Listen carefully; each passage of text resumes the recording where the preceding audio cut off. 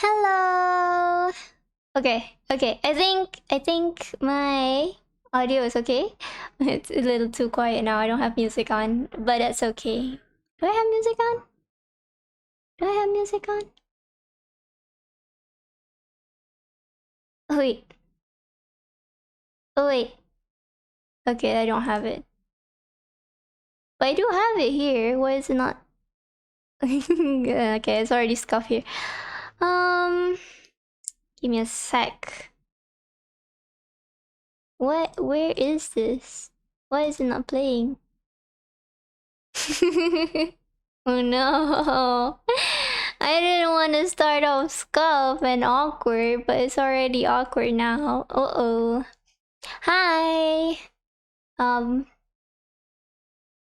Yeah, you're just gonna suffer in silence with me. The game doesn't even have like music, I think. Does it? No. Yeah, I still want to talk something. I still want to talk a little bit before I start and explain to you why I was late in the first place. Because I promised it would be 10. I know it's normally people wouldn't care if I'm a little bit too late or not. But I feel like I want to tell you guys something, and before that I want to look for the music. Where the hell is the music? Oh, you guys can see that. Oh, you guys can see that. Let me just cover myself with it. Yeah, you guys can see who's playing what on my Steam now. No, you cannot do that. Where the hell is my music? Oh, it's because it's not here. It's oh. Okay, this is not it. Okay, let's talk here. Let's talk here instead. Come here. Come here. Okay. It's just gonna be like a short chit chat. I was just gonna explain before we play the game. Sorry I was late. I was dealing some with my family stuff, and then I had to deal with Madan, which is my little kitten. My little kitten, my kitty cat. A very naughty rascal I have. I was bringing him upstairs, cleaning up his cage for a little bit, and like setting up some stuff that we just bought for him. But then as I sat down and put him down, he instantly ran to the litter box, to his sand, and start like pissing, and then moved a little bit and start shitting, literally shitting right in front of me. I was like, okay, whatever, do your shit. And then he doesn't really know how to clean himself up yet or ever. I have no idea. Basically, he doesn't like, what do you say? How do you say? Put the poo into the sand? How do I say it?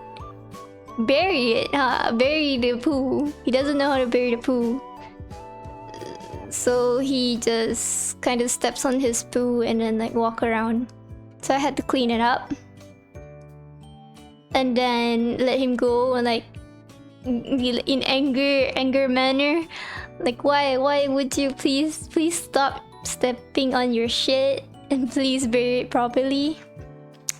And as I was cleaning and still setting up his cage, he went into his litter box and then tried to bury the poo, but ended up he just stepped on the shit again and like walk around me, even like causing more trouble and having shit all over the place. So I had to clean that up again, and I had cat poo on my fingers. Yeah, isn't that great? Isn't that a good information to tell you guys? I got cat poo fingers. Don't worry, I already cleaned it up. Where is he? Hold on. Okay, now he's on my bed. It's okay, he's clean. He's clean. I cleaned him up. Don't worry. And that's why I was late. Yeah. How are you guys? Haven't streamed. I know I promised I'll be streaming. Like last time I said I'll be streaming next week. I'll be playing Doki Doki, but I didn't. I did not for 2 weeks. I think I skipped like 2 weeks, and I'm here. A lot of things happen in 2 weeks. Imagine that. Imagine that. So we'll be playing Doki Doki, and then yeah, I didn't know I could play because I had some water problems in my house for the whole week last week. So I didn't know when it will come back, the water that is.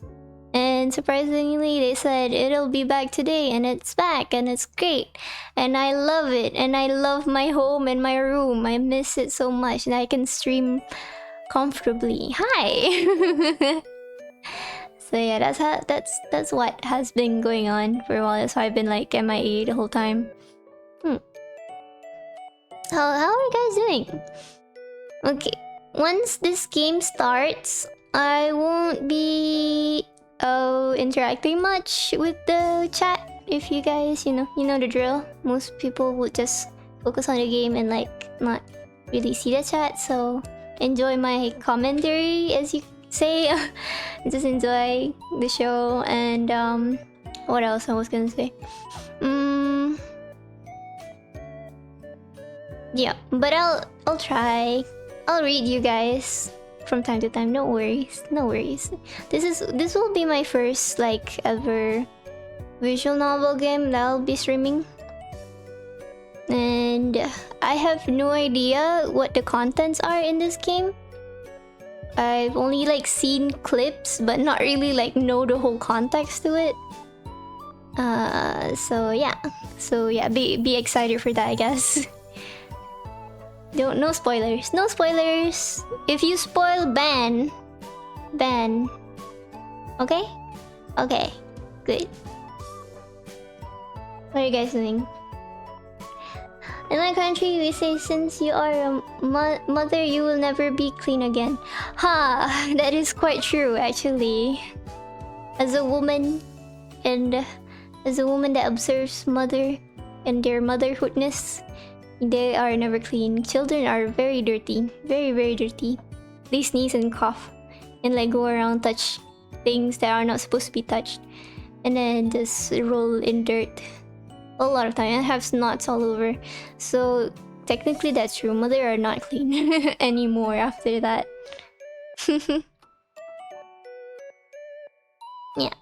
So let's start our game. What am I eyeing for?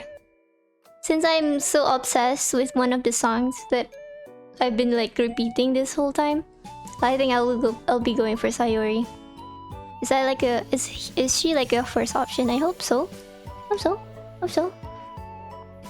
Iko, let's go. We transition now. Back to this awkward silence. I don't know if there's gonna be music, but I'll be sure to check the audio and make sure it doesn't really like, you know, make you guys ear rape or anything. Hold on. If it covers anything, let me know too. Okay? Okay, cool. Let's start the game. Let's jump right into it, everybody. Individuals suffering from anxiety or depression may not have safe experience playing this game, okay? Do you guys have depression or anxiety? Anxiety? Well, I'm already stuttering. Yeah, if you guys are weak, hop off my stream. Get off my stream. No, I'm kidding. We'll talk again some other time. Come on. I hope you guys are okay. Get mentally prepared for depression and anxieties. Let's go. By playing Doki Doki Literature Club, you agree that you are at least 13 years of age and you consent to your exposure of highly disturbing content. I agree. I don't mind it. This is gonna be loud. Okay. Oh, that's cute. I've never heard the songs before. That's pretty cute. Yeah, let's go.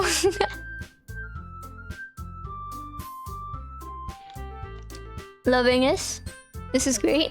Good mute. This is cute. Let's see. Oh. Oh, this is so much better. Oh, it's gone. Oh no, I messed it up. Okay, there you go. Just let it be here. Unseen text.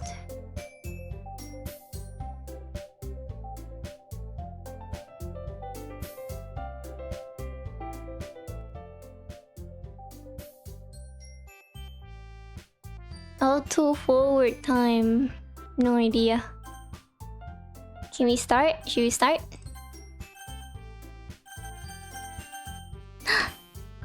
Thank you for the lurk. Please enter your name. No. I can't wait to be in the literature club. Are you guys ready? Hey. Do I need to voice act this? Oh man. I see an annoying girl running toward me from the distance, waving her arms in the air like she's totally oblivious to any attention she might draw to herself. Okay, hold on. The music is quite loud for me, and I can't hear myself when I talk, and that's a problem. But I hope it's loud enough for you guys.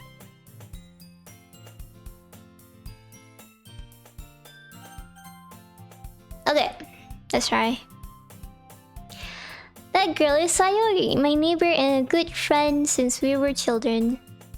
You know, the kind of friend you'd never see yourself making today, but it's just kind of works out because you've known each other for so long. We used to walk to school together on days like this, but starting around high school, she would oversleep more and more frequently, and I would get tired of waiting up. But if she's going to chase after me like this, I almost feel better off running away. Oh no. However, I just sigh and idle in front of the crosswalk and let Sayori catch up to me. Oh my god, so mean. Why am I so mean? Okay, I guess... No, I get it, but like, aw. Huh? Wait, she's panting. I can't do it. Thank you for the pat. Thank you for the hydrate. I'll drink now.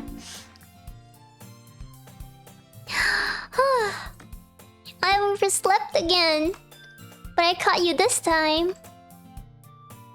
Maybe, but only because I decided to stop and wait for you. What? I can't do a male voice. It's so weird. Eh? You say that like you were thinking about ignoring me. That's mean, no. That's kind of weird now. Are we lesbians? Let's go lesbian? Well, if people stare at you for acting weird, then I don't want them to think we're a couple or something. Fine, fine. But you did wait for me after all. I guess you don't have it in you to be mean even if you want to. Well, whatever you say, Sayori.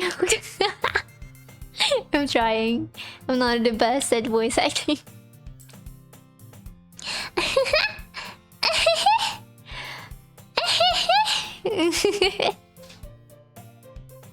We cross the street together and make our way to school.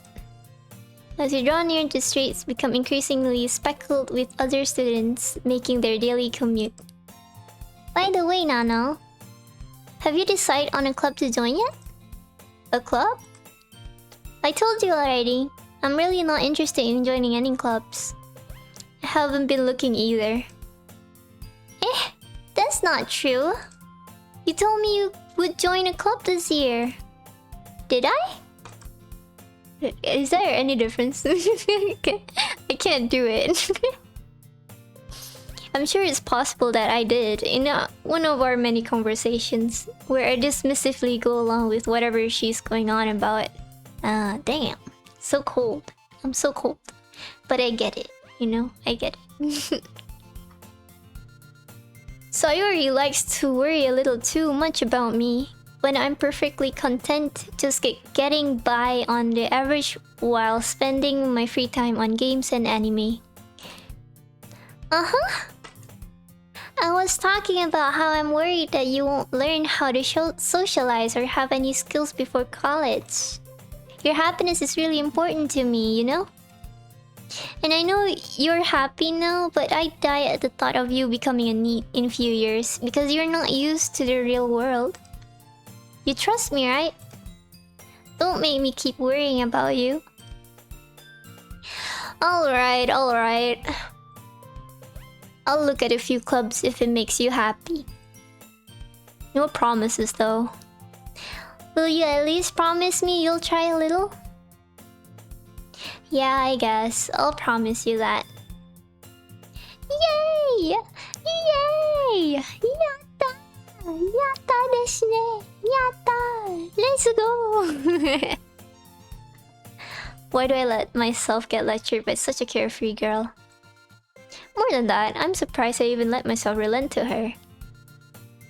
I guess seeing her worry so much about me makes me want to ease her mind at least a little bit, even if she does exaggerate everything inside of her head. She's an overthinker. We think alike. The school day isn't as ordinary as ever, and it's over before I know it. After I pick up my things, I stare blankly at the wall, looking for an ounce of motivation. Clubs. Sayori wants me... It's so hard to pronounce.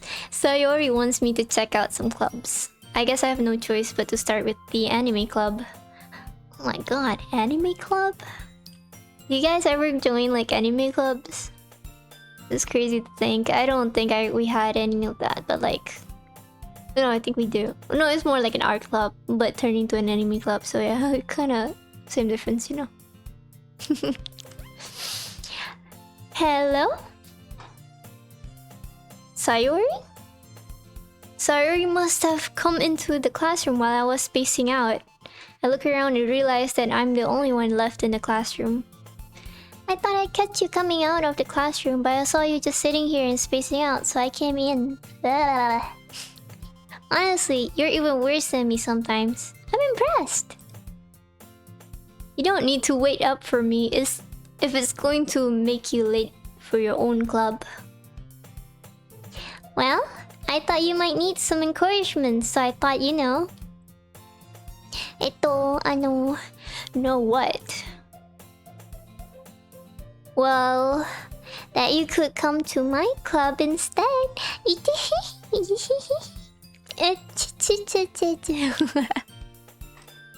Sayuri, oh my god, this woman. My lord. Sayuri, please. Yeah? Oh shit, give me a sec. Give me a sec, guys. Someone's calling me.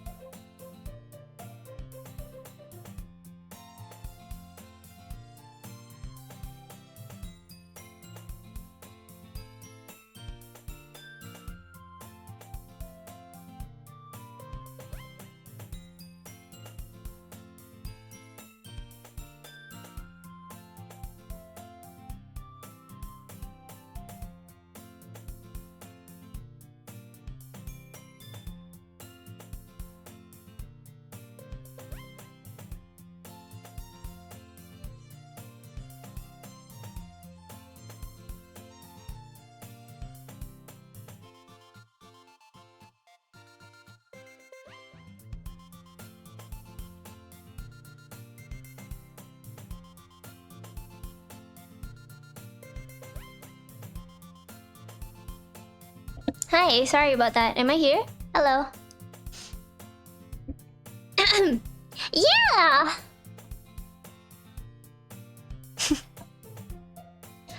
There's no way I'm going to your club. No freaking way, bro. Eh? Me. Wait, that's so wrong. Let me rephrase that. How do people say it? Eh? Meanie.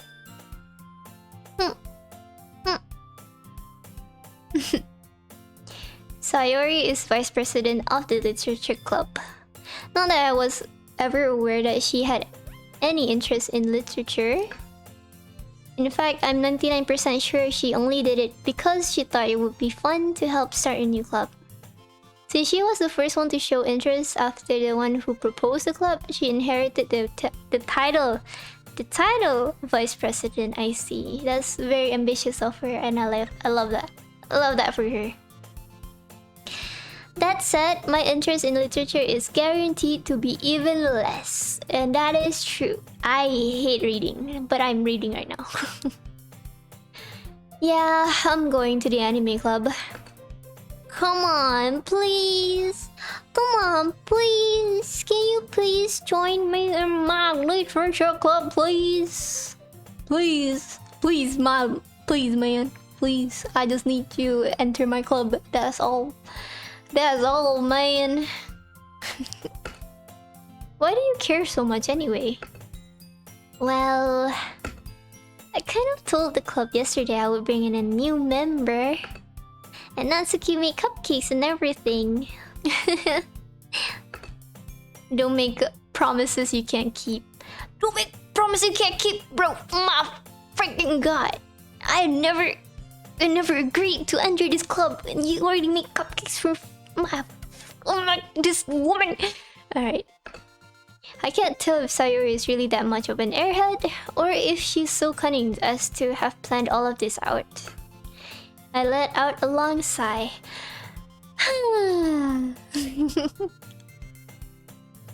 Fine. I'll stop by for a cupcake, okay? Yippee! Yippee! Let's go! a lover. And thus, today marks the day I sold my soul for a cupcake. I dejectedly follow Sayori across the school and upstairs, a section of the school I rarely visit, being generally used for third-year classes and activities. Sayori, full of energy, swings open the classroom door. Everyone, the new member is here! I told you, don't call me a new member. I glance around the room. Welcome to the literate. How do I grow one? How do I ara?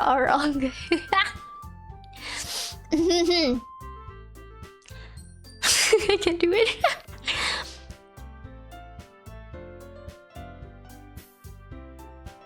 Welcome.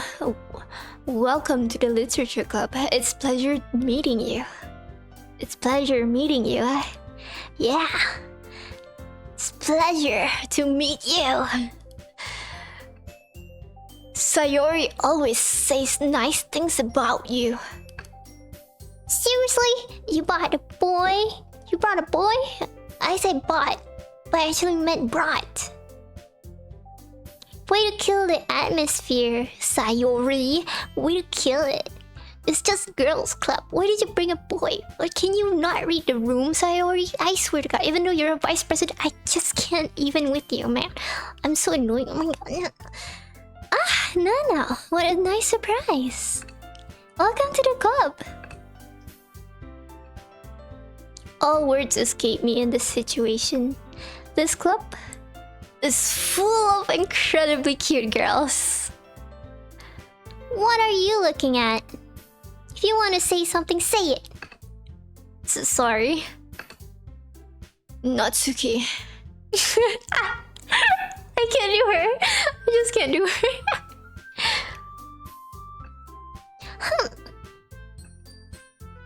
The girl with the sour attitude, whose name is apparently Natsuki, is one I don't recognize. Her small figure makes me think she's probably a first year. She is also the one who made cupcakes according to Sayori. You can just ignore her when she gets moody.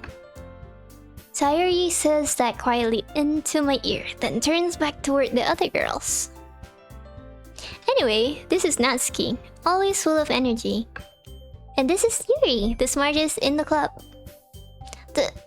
Don't say things like that.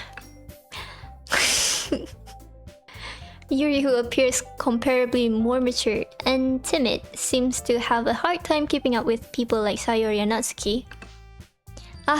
Well, it's nice to meet both of you.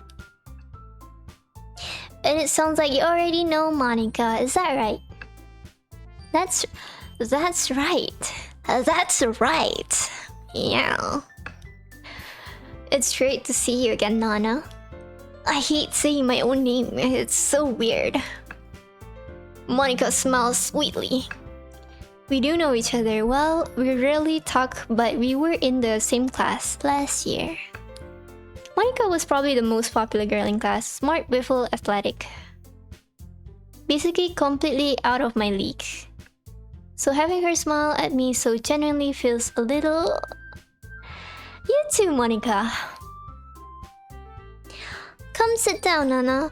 We made room for you at the table so you can sit next to me or Monica. I'll get the cupcakes. Hey, I made them. I'll get them. Sorry.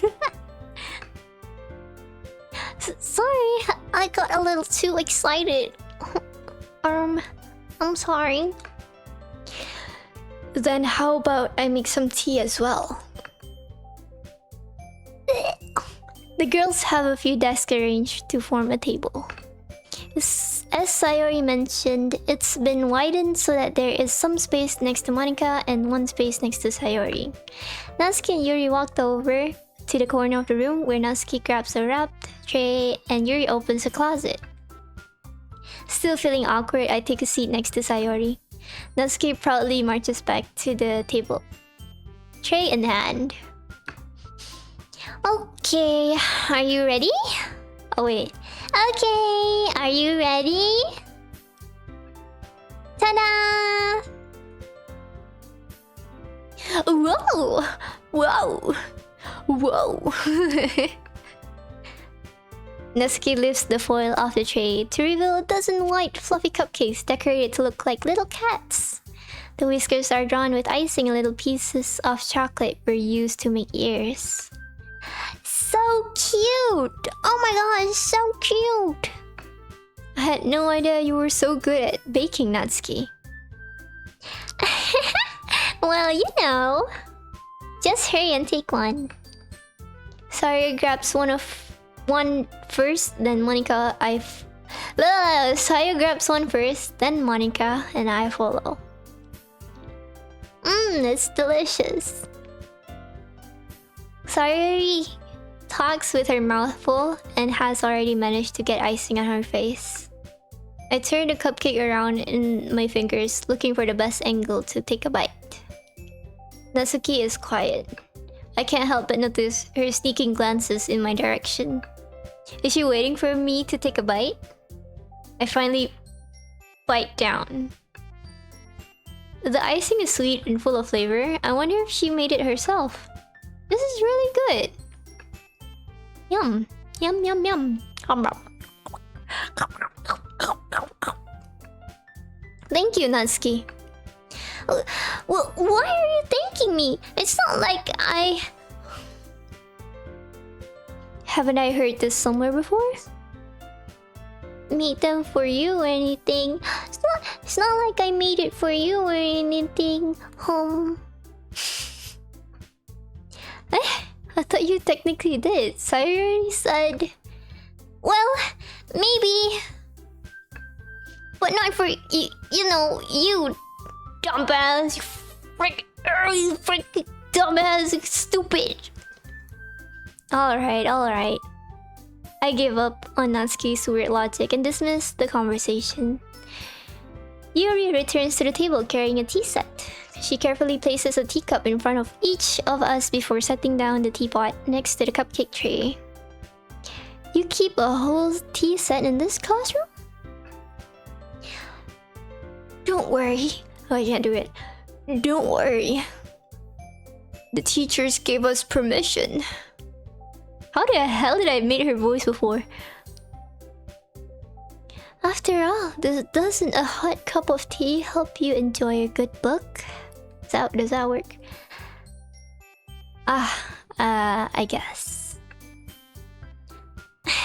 Don't let yourself get intimidated. Yuri's just trying to impress you. And no redeems speakable. I'm sorry, I won't be doing redeems today. We'll be doing fully in English for Doki Doki. I will return that though. We'll replace that point with something else. Thank you for that. Wait, it's not clicking. That's not. Insulted Yuri looks away. I meant that, you know. I believe you. Well, tea and reading might not be a pastime for me, but I at least enjoy tea. I'm glad.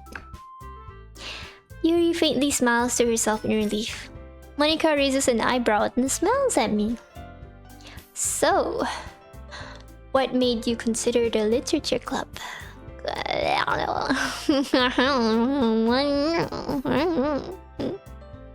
Huh? Literature club? Huh?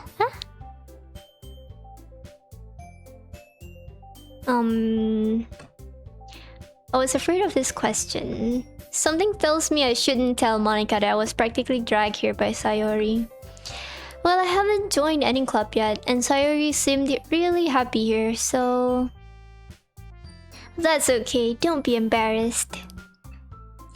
We'll make sure you feel right at home, okay? As president of Literature Club, it's my duty to make the club fun and exciting for everyone. Monica, I'm surprised. How come you decided to start your own club? You could probably be a board member for any of the major clubs. Were you a leader of the debate club last year? Well, you know. To be honest, I can't stand off all the politics around the major clubs. It feels like nothing but arguing about the budget and publicity and how to prepare for events. I'd much rather take something I personally enjoy and make something special out of it. And if it encourages others to get into literature, then I'm fulfilling that dream. Monica really is a great leader. Yuri also nods in agreement. Oh, okay, she's not speaking. Then I'm surprised there aren't more people in the club yet. It must be hard to start a new club. You could put it that way. Not many people are very interested in putting out all the effort to start something brand new. Especially when it's something that doesn't grab your attention like literature. You have to work hard to convince people that you're both fun and worthwhile. But it makes school events like the festival that much more important. I'm confident that we can all really grow this club before we graduate. Right, everyone? Yeah! We'll do our best. You know it. That's the voice you gave, Nana. I am not a voice actor. I cannot make voices, and I just knew that today. Everyone enthusiastically agrees. Such different girls, all interested in the same goal. Monica must have worked really hard to find these three. Maybe that's why they were also delighted by the idea of a new member joining. Though I still don't really know if I can keep up with their level of enthusiasm about literature. So, Nana, what kinds of things do you like to read? Well, considering how little I've read these past few years, I don't really have a good way of answering that. Manga. Natsuki's head suddenly perks up. It looks like she wants to say something, but she kept quiet. Not much of a reader, I guess. Well, that can change. What am I saying? Oh, I accidentally skipped that. Anyway, what about you, Yuri? Well, let's see. Yuri traces the rim of her teacup with her finger. I'm doing it as well. My favorites are usually novels that build deep and complex fantasy worlds. The level of creativity and craftsmanship behind them is amazing to me. And telling a good story in such foreign world is equally impressive. I accidentally skipped that too. My spacebar is very sensitive. She seemed too reserved and timid since the moment I walked in, but it's obvious by the way her eyes light up that she finds her comfort in a world of books, not people. But you know, I like a lot of things. Stories with deep psychological elements usually immerse me as well. Isn't it amazing how a writer can so deliberately take advantage of your own lack of imagination to completely throw you for a loop? True? There's so much like big words. Let me just reread that again.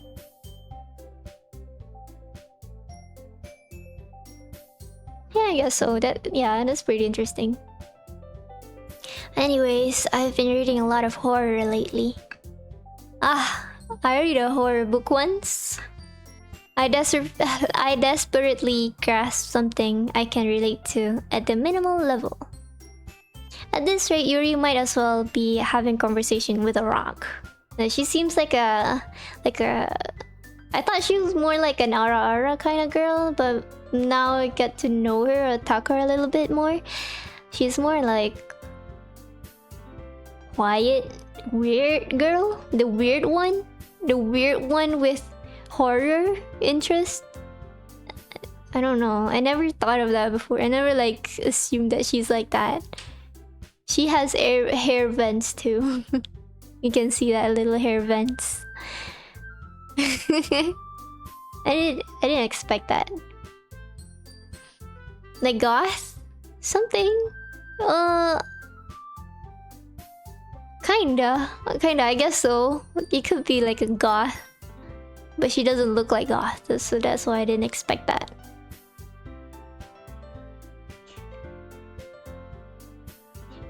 Really? I wouldn't have expected that, Yuri. For someone as gentle as you... I guess you could say that. But if a story makes me think or takes me to another world, then I really can't put it down. Surreal horror is often very successful at changing the way you look at the world, if only for a brief moment. Ugh, I hate horror. I'm so scared. I'm just a little girl. I hate horror. Oh, someone hold me.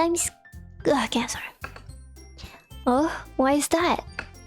Well, Natsuki's eyes dart over to me for a split second. Never mind.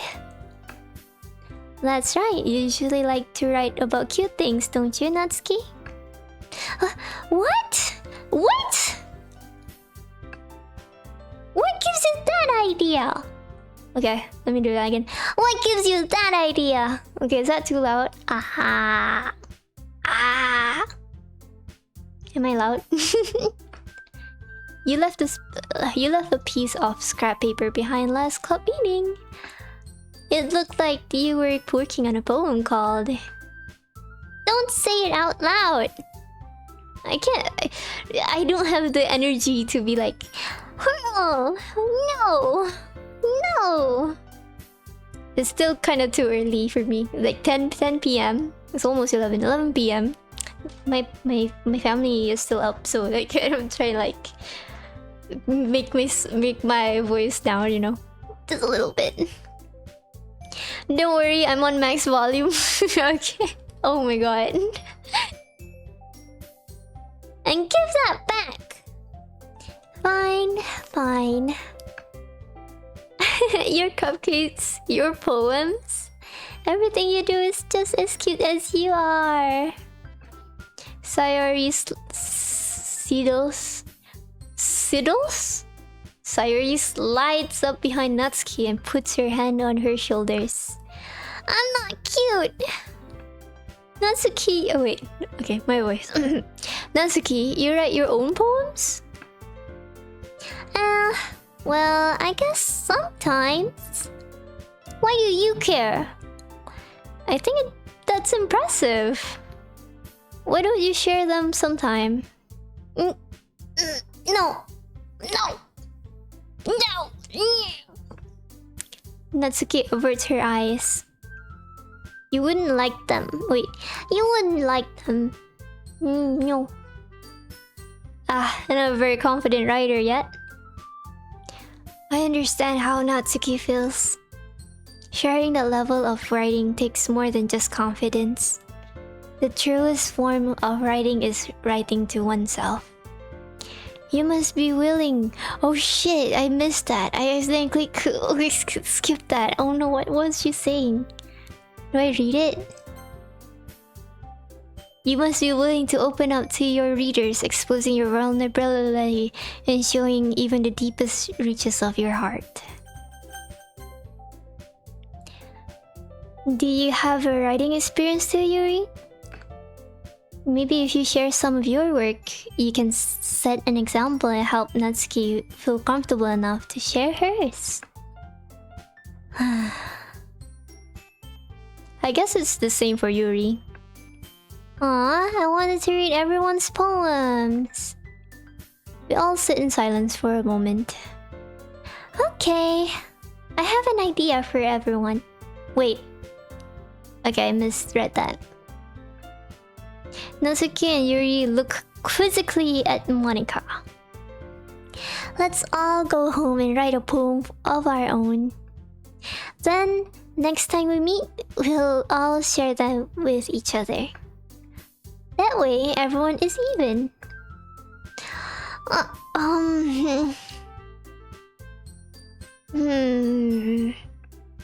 Yeah, let's do it. Plus, Plus, now that we have a new member, I think it will help us all get a little more comfortable with each other and strengthen the bond of the club. Isn't that right, Nana? Monica smiles warmly at me once again. Hold on, there's still one problem. What's that? Now that we're back to the original topic of me joining the club, I bluntly come forth with what's been on my mind the entire time. I never said I would join this club. Sayori may have convinced me to stop by, but I never made any decision. I still have other clubs to look at and I lose my train of thought. Oh, the girls are so disappointed. All 4 girls stare back at me with dejected eyes. How dare me? How dare me make people uncomfortable? How dare me for making choices? But I'm sorry. I thought. No. You know, fun fact. My name Nana is just pronounced as Nana. There's no Nanao. W is kind of silent. The W is just there for differentiating from everyone else. Yeah. You all. I am defenseless against these girls. How am I supposed to make a clear-headed decision when it's like this? That is, if writing poems is the price I need to pay in order to spend every day with these beautiful girls. Right. Okay, I've decided then. I'll join the literature club. One by one, the girls' eyes lit up. Why is it light up? Girls' eyes light up. The girls' eyes lit up. Isn't it lit? Yes! I'm so happy! Oh my god, I'm so happy! Sayori wraps her arms around me, jumping up and down. Hey! You really did scare me for a moment. If you really just came for the cupcakes, I'll be super pissed. Then that makes it official. Welcome to the literature club. Thanks, I guess. Okay, everyone. I think with that, we can officially end today's meeting in a good note. Everyone, remember tonight's assignment. Write a poem to bring the next meeting so we can all share. Monica looks over, I guess, to me. Nana, I look forward to seeing how you express yourself.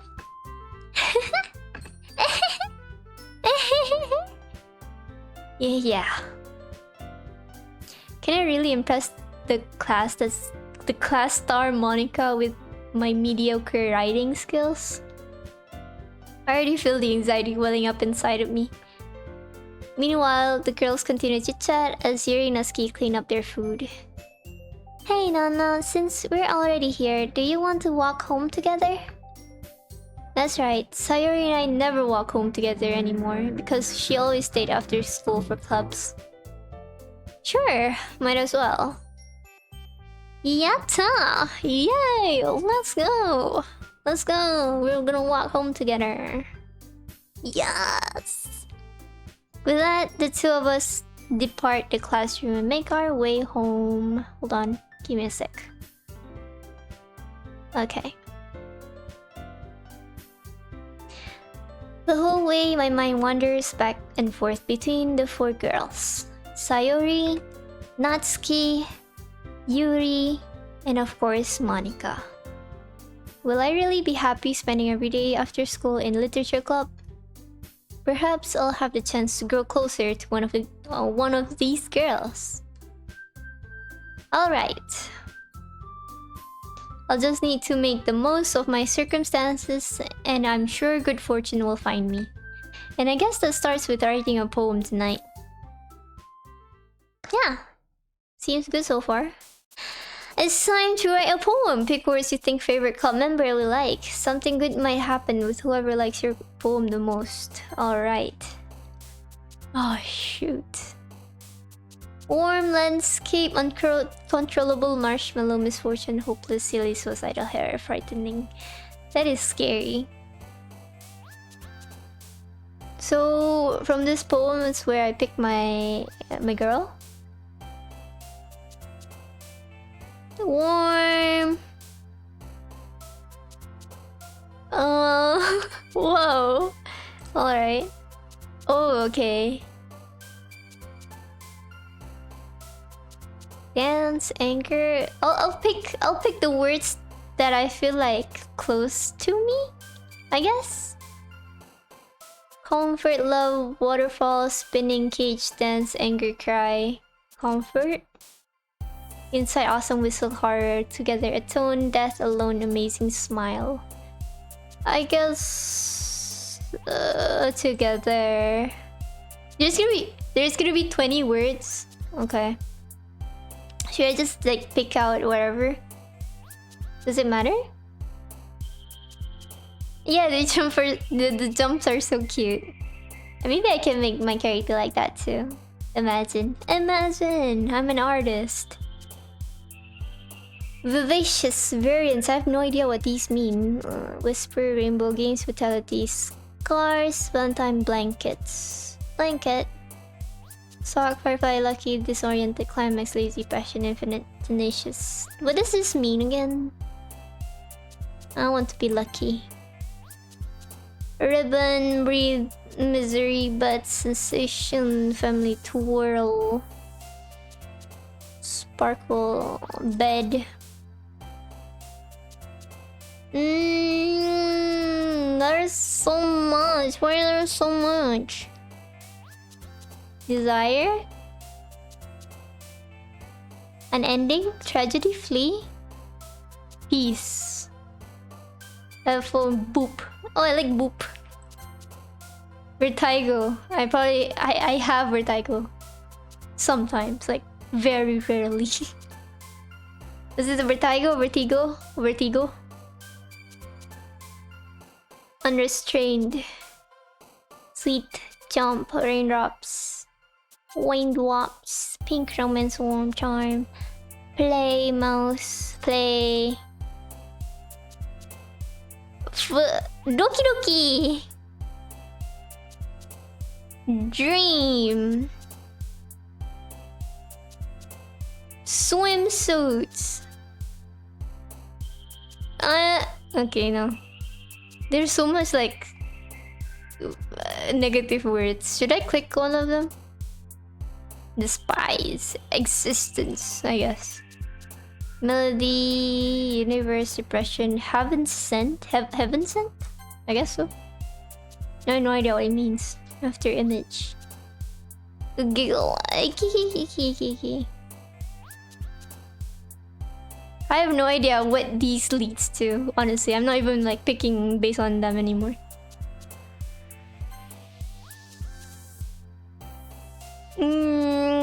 Kitty! I don't like milk. I like holidays. Okay, let's see who I get. Okay. Hi again, Nano. Glad to see you didn't run away on us. Ha ha ha. Nah, don't worry. This might be a little strange for me, but I at least keep my word. Well, I'm back at the literature club. I was the last to come in, so everyone else is already hanging out. Thanks for keeping your promise, Nana. I hope this isn't too overwhelming of a commitment for you. Making you dive headfirst into literature club when you're not accustomed to it? Oh, come on! Like he deserves any slack. Sayori told me you didn't even want to join any clubs this year. And last year too. I don't know if you plan to just come here and hang out or what. But if you don't take us seriously, then you won't see the end of it. Natsuki, you certainly have a big mouth for someone who keeps her manga collection in a club room.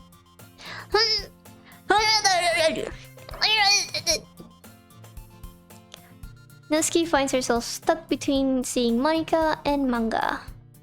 Manga is literature! Swiftly defeated, Natsuki plops back into her seat. Don't worry, guys. Nana always gives at his best as long as he's having fun. He helps me with busy work without me even asking. Like cooking, cleaning my room. How dependable. Sayori, that's because your room is so messy, it's distracting. And you almost set your house on fire once. Is that so? You two are really good friends, aren't ya?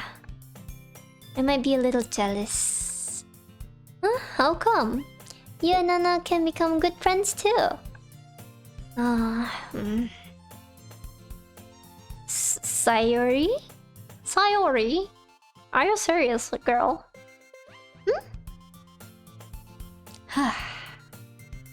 As usual, Sayori seemed oblivious to the weird situation she just put me into. Oh, Yuri even brought you something today, you know? Wait, Sayori. Me? Not really. Don't be shy. It's really nothing. What is it? Never mind. Sayori made it sound like a big deal when it's really not. Oh, what do I do? I'm sorry, Yuri, I wasn't thinking. I guess that means it's up to me to rescue the situation. Hey, don't worry about it. First of all, I wasn't expecting anything in the first place. So any nice gesture from you is a pleasant surprise. It'll make me happy no matter what. Is that so? Yeah, I won't make it a big deal if you don't want it to be. Oh, alright. Well, here. Yuri reaches into her bag and pulls out a book. I didn't want you to feel left out, so I picked out a book that I thought you might enjoy. It's a short read, so it should keep your attention, even if you don't usually read. And we could, you know, discuss it if you want it. This is... I skipped so much by accident again. She even picked out a book she thinks I'll like, despite me not reading much. Yuri, thank you! I'll definitely read this. I enthusiastically take the book. Well, you can read it at your own pace. I'm sorry for stuttering so much. I choked on the tempura this morning. I look forward to hearing what you think. Now that everyone's settled in, I expected Monika to kick off some scheduled activities for the club. But that doesn't seem to be the case. Sayori and Monika are having a cheery conversation in the corner. Yuri's face is already buried in a book. I can't help but notice her intense expression, like she was waiting for this chance. Meanwhile, Natsuki is rummaging around in the closet. This is fun. Man, it looks like no one wants to be bothered today. I slumped down to the nearest desk. How am I supposed to occupy myself with something literature related by myself like this? You can read the book that Yuri just gave you, dummy. I guess I could always read some of the book Yuri gave me. Exactly! But I'm feeling a little too tired to read. I could probably fall asleep right now. I closed my eyes and ended up listening in on Sayori's conversation with Monika. We're probably gonna seem really lame compared to all the other clubs though. Well, we can't give up. This festival is our chance to show everyone what literature is all about. The problem is that the idea of literature club sounds too dense and intellectual. But it's not like that at all, you know? We just need a way of showing that to everyone. Ay. Something that speaks to their creative minds. That doesn't solve the problem though. What do you mean? Even if we come up with the most fun thing ever, nobody will come in the first place if it's a literature event. So it's more important to figure out how to get people to show up in the first place, you know? And after they come, we can do the things to speak to their creative minds. What's this? Sayuri is taking this really seriously. It's rare to hear her deliberating like this. That's a good point. In that case, do you think food will do the trick? What kind? Well, I guess we could... Cupcakes! Cupcakes, yippee! Thank you to rehydrate. I'm drinking water now.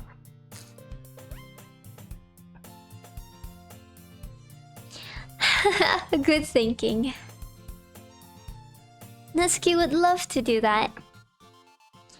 You're right. Natsuki makes the best cupcakes. That works out perfectly. That wasn't why I suggested it? Cupcakes speak to creative tummy. I'm hungry. Anyway, we still need to work out the details of the event itself. I'm mixing up Monika's voice with Sayori. It's just kind of too similar now. Try to make it like super different so that you guys can tell. I find myself smiling. In the end, Sayori is still her usual self. But therein lies the unexpected reason I admire her. Unlike me, who has trouble finding any motivation at all, Sayori can put her mind to things and make them come to life. I suppose that's why I end up letting her get in my case about things. I can't help but wonder what it would be like to see the world through her eyes.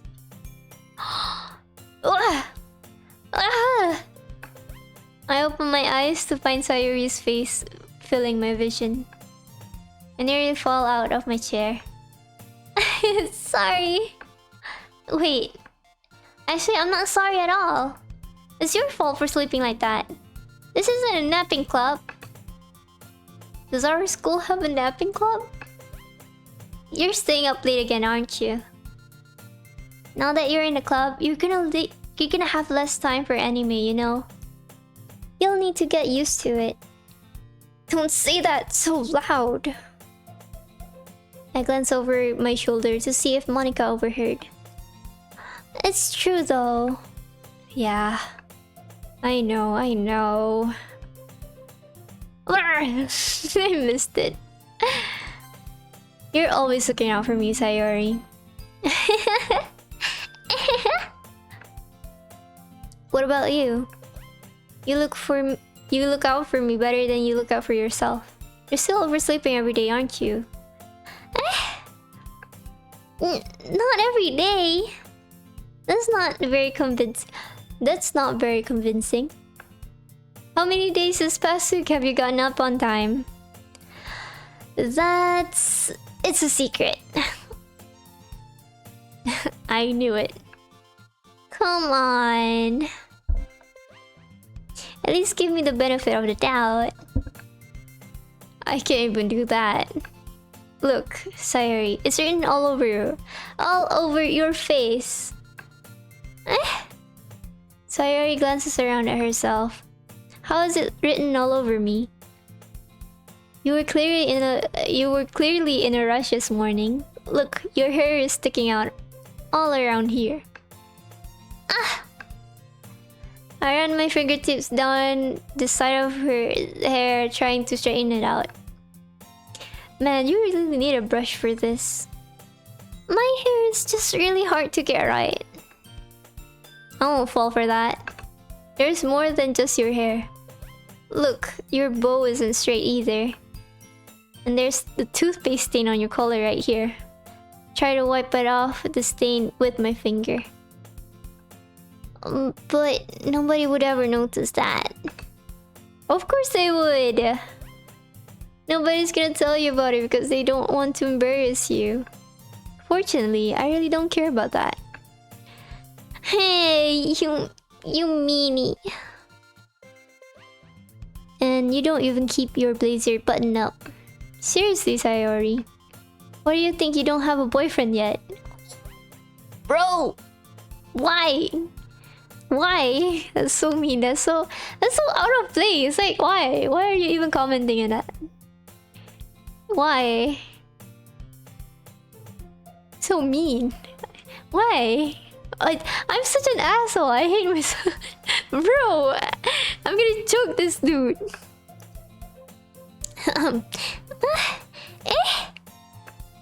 That's super mean. Sorry, but you'll thank me later. Wow, what an ass. I start to button her blazer from the bottom. Once you see how much better it looks, you'll change your mind. Oh, first. Oh, this is so cute. Oh, I'm blushing. I love this. I'm breathing.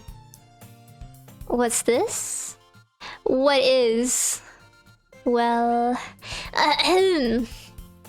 well, I was just thinking how weird it is to have a friend who does these kinds of things. Don't say that. You'll make me you'll make me feel weird about it, stupid. It's okay though.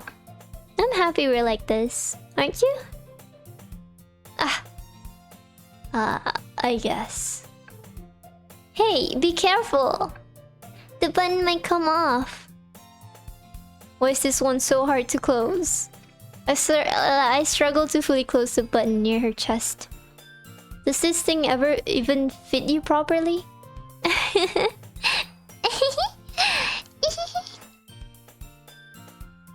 It did when I bought it. If you ever buttoned it, you would have noticed sooner that it blah blah blah.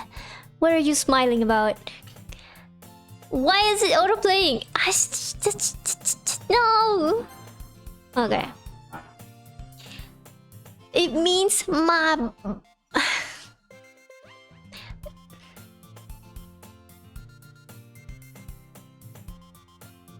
I don't know if I want to say that.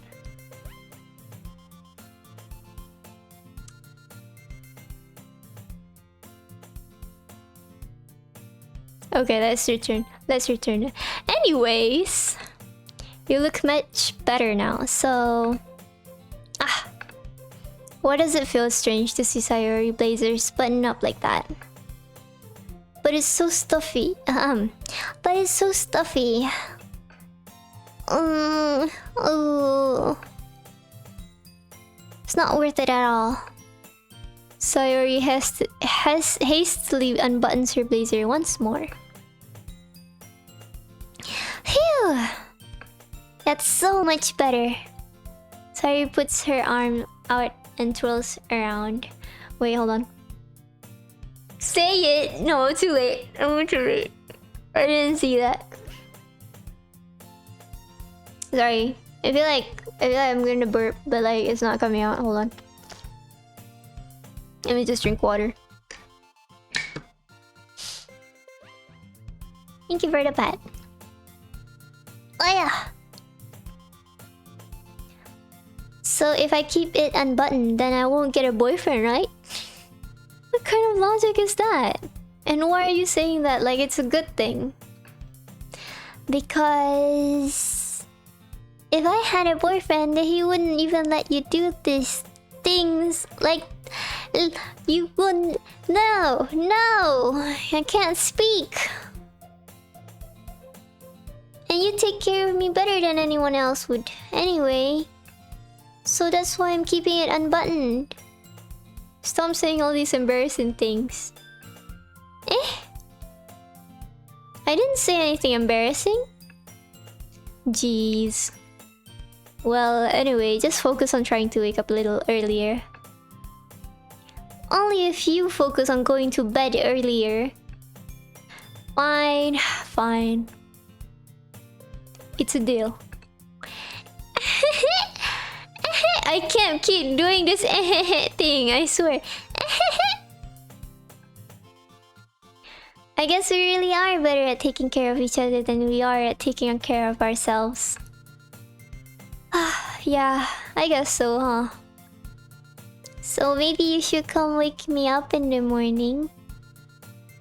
You're doing it again, Sayori. Aw, but I was just joking that time. Man, it's impossible to tell with you sometimes. Okay, everyone. Monika suddenly calls out, "Why don't we share the poems we wrote now?" Yay! Nana, I can't wait to read yours. Yeah, same. Phil do sound enthusiastic, but Sayori still trots away to retrieve her poem. By the way, did you remember to write a poem last night? Yeah.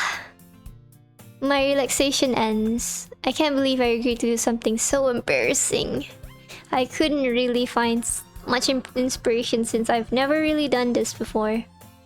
Well, now that everyone's ready, why don't you find someone to share with? I can't wait! Sayori and Monika enthusiastically pull out their poems.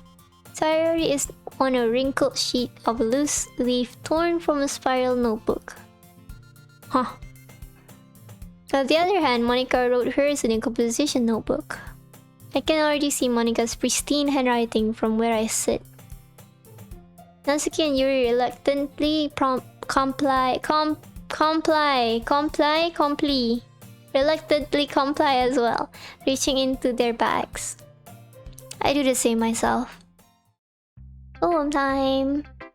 Who should I show my poem to first? Kinda wanna go for Natsuki. I kinda like... Wait, no, Natsuki. No, Sayori I meant. I think normally people will go for Sayori first, right? Since she's like a childhood friend and the most closest to us, right?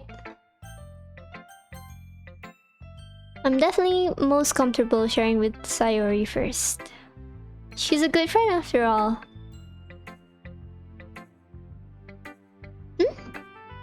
Oh my goodness! This is so good, Nana!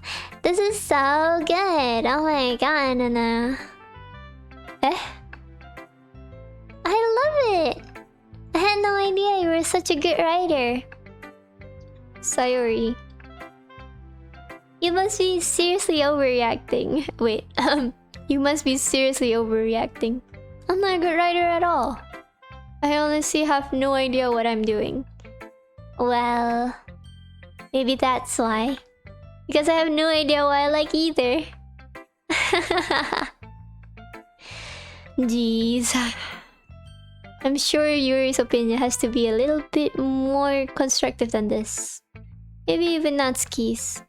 Are you sure you don't like it just because I wrote it? Well, I'm sure that's part of it. I think I understand you better than a lot of other people you know. So when I read your poem, it's not just a poem, it's not a poem. And that makes it feel extra special. Like you can feel your feelings in it. Sayori hugs the sheet against her chest. You're so weird, Sayori. Oh, such a weirdo. I'm really happy just that you wrote one. It just reminds me of how you're really a part of this club now. Not to mention the fact that I'm standing in front of you in the club room.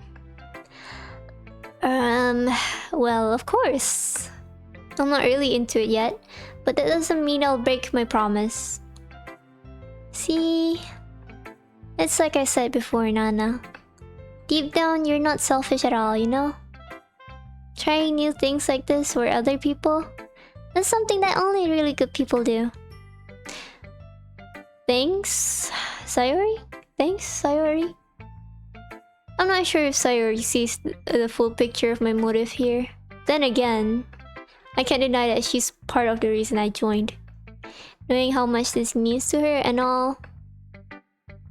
Yeah. And I'm gonna make sure you have lots of fun here, okay? That will be my way of thanking you. Alright, I'm going to hold you to that then.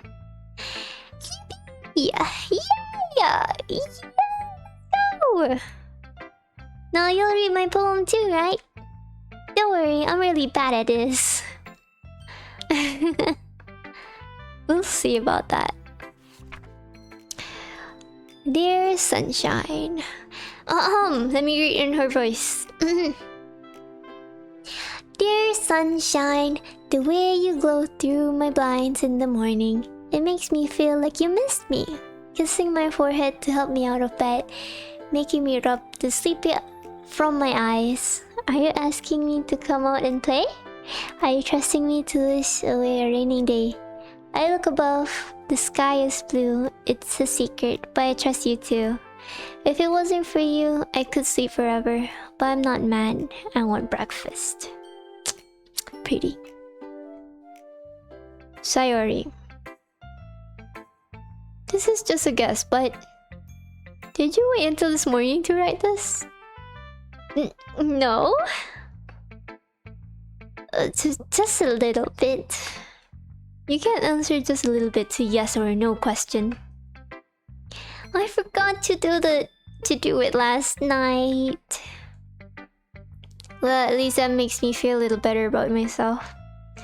Hey, don't be mean. I still tried my best. Yeah. I didn't mean to say that it was bad poem. It came out nice, or how should I put it? It sounds just like you. Really? Yeah. Especially that last line. I made eggs and toast. Even though you were late to school? It's bad to skip breakfast. I get all cranky. And moody and stuff, and that's true. No, if girls are cranky or moody, just give her some food and she'll be okay.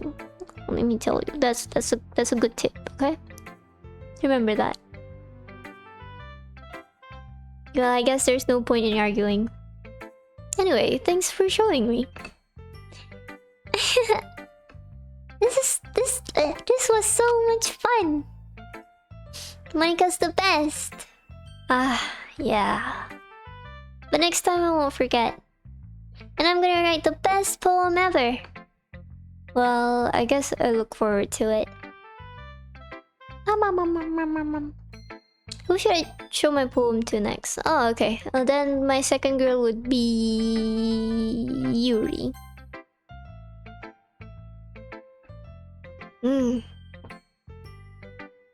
Yuri stares at the wait. I'm sorry. Yuri stares at the poem. A minute passes, more than enough time for her to finish reading. Oh. Sorry. I forgot to start speaking. It's fine, don't force yourself. I'm not. I just need to put my thoughts into words. Hold on. Okay. This is your first time writing a poem, right? Yeah? Why do you ask? I'm just asking. I'm just making sure. I guess that it might be after reading through it. So it's that bad, huh? No. Did I just raise my voice? I'm sorry. Yuri buries her face in her hands. I couldn't help but notice that it's been several minutes and we really haven't gone anywhere. Might take Yuri a while to get used to new people. It's fine, I really didn't notice. What were you saying? Alright, it's just that there are specific writing habits that are usually typical of new writers. And having been through that myself, I kind of learned to pick up on them. I think the most noticeable thing I recognize in new writers is that they try to make their style very deliberate. In other words, they tend to pick a writing style separate from the topic matter, and they form fit the two together. Wait, I'm trying to process this.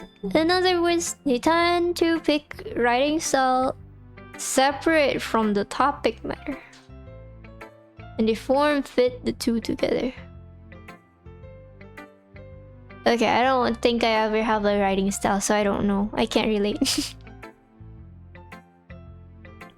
The end result is that both the style and the expressiveness are weakened.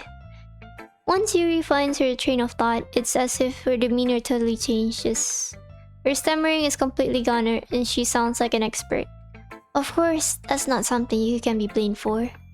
There are so many different skills and techniques that go into writing even a simple poem.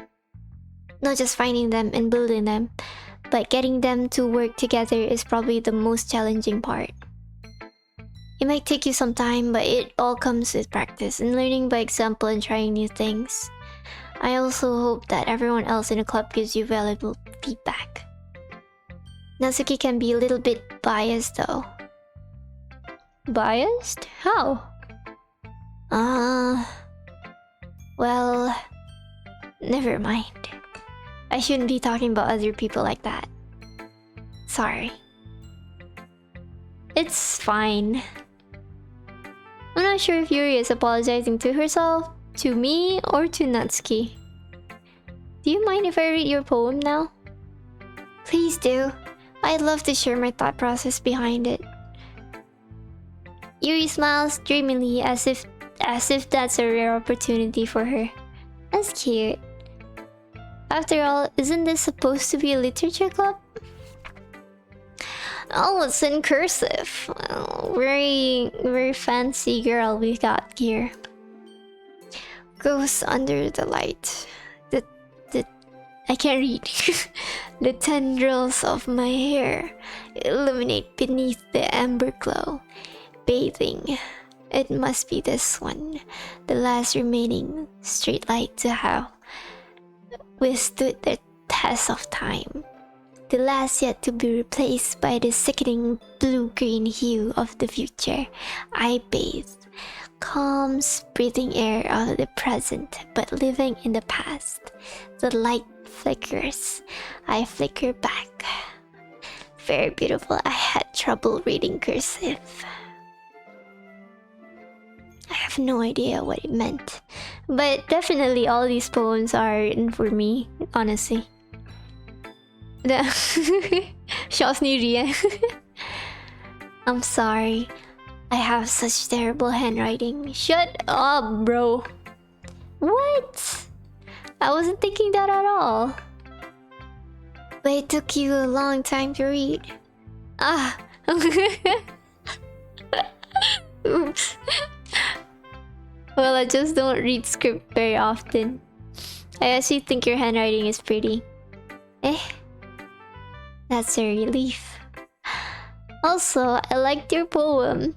Even though it's short, it was really descriptive. It was too short? I usually write longer poems. Not at all. I'm really glad you liked it. I'll be honest. Since it's our first time sharing, I wanted to write something a little more mild. Something easy to digest, I suppose. That wasn't... You know what? It's like your own writing style, and I acknowledge and also admire that you have a writing style. But because of your writing style, I cannot digest any words that was in that poem at all. I'll be honest, I'm not a person that reads a lot, so it's been hard digesting right now. And it's 11:30. I don't have a clock here right now. Okay, never mind that. Are you into ghosts, Yuri? Actually, the story isn't about ghosts at all, Nana. Really? I must have totally missed the point. Well, I suppose you did only glance over it after all. But remember that poets often express their own thoughts, feelings, and experiences in their work. They usually do more than tell a simple story, or paint a picture. In this case, perhaps the subject of the poem is only being symbolically compared to a ghost, lingering in her last remaining place of comfort, unable to let go of the past. And soon to be left with nothing. That's a lot more solemn putting it that way. I hadn't even thought of that. That's impressive. It's nothing really. It's nothing at all. Well, it makes me happy that you think that. Just remember that it won't be long before you pick up on these things too. Yeah, maybe you're right. I guess I'll have to keep writing, trying. I'm counting on you. Aha. Okay, that was simple. That was nice. That was actually straightforward. I love that. She's actually really... I love her actually. I kind of love her. Okay, let's go for Natsuki. I think I can do Natsuki and Yuri's voice so much better than the other two. Well, it's about what I expected for someone like you. That's a little blunt. Well, excuse me. It's not like I said it was bad. It just didn't evoke any emotions. So basically it's not cute enough for your tastes? Do you want to get smacked? I'll pass. Well, anyway, I guess I need to show you mine. Not that you'll like it.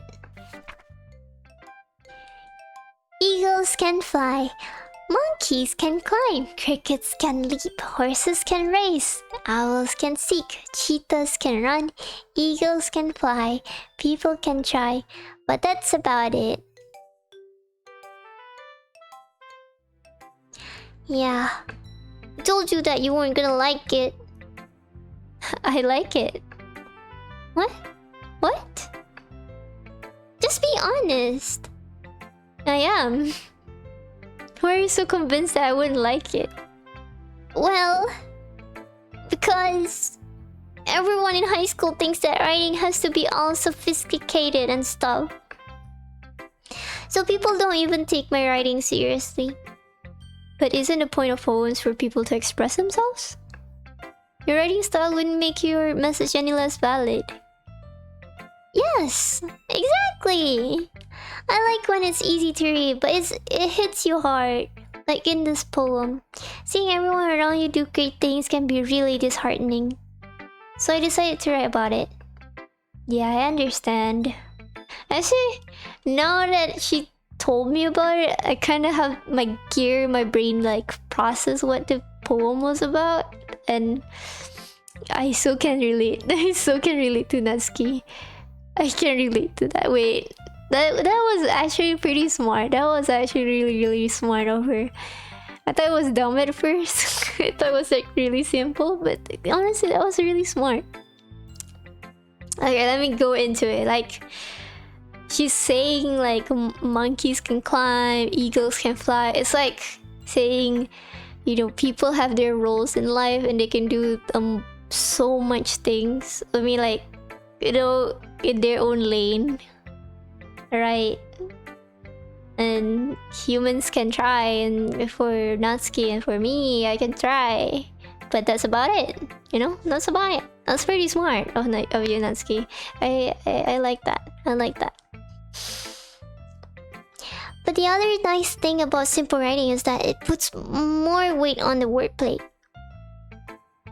Like I set up for a rhyme at the end, but then made it fall flat on purpose. That helps bring out the feeling in the last line. So you did. I guess more went into it than I realized. And yeah, honestly, I'm impressed. I'm actually really impressed.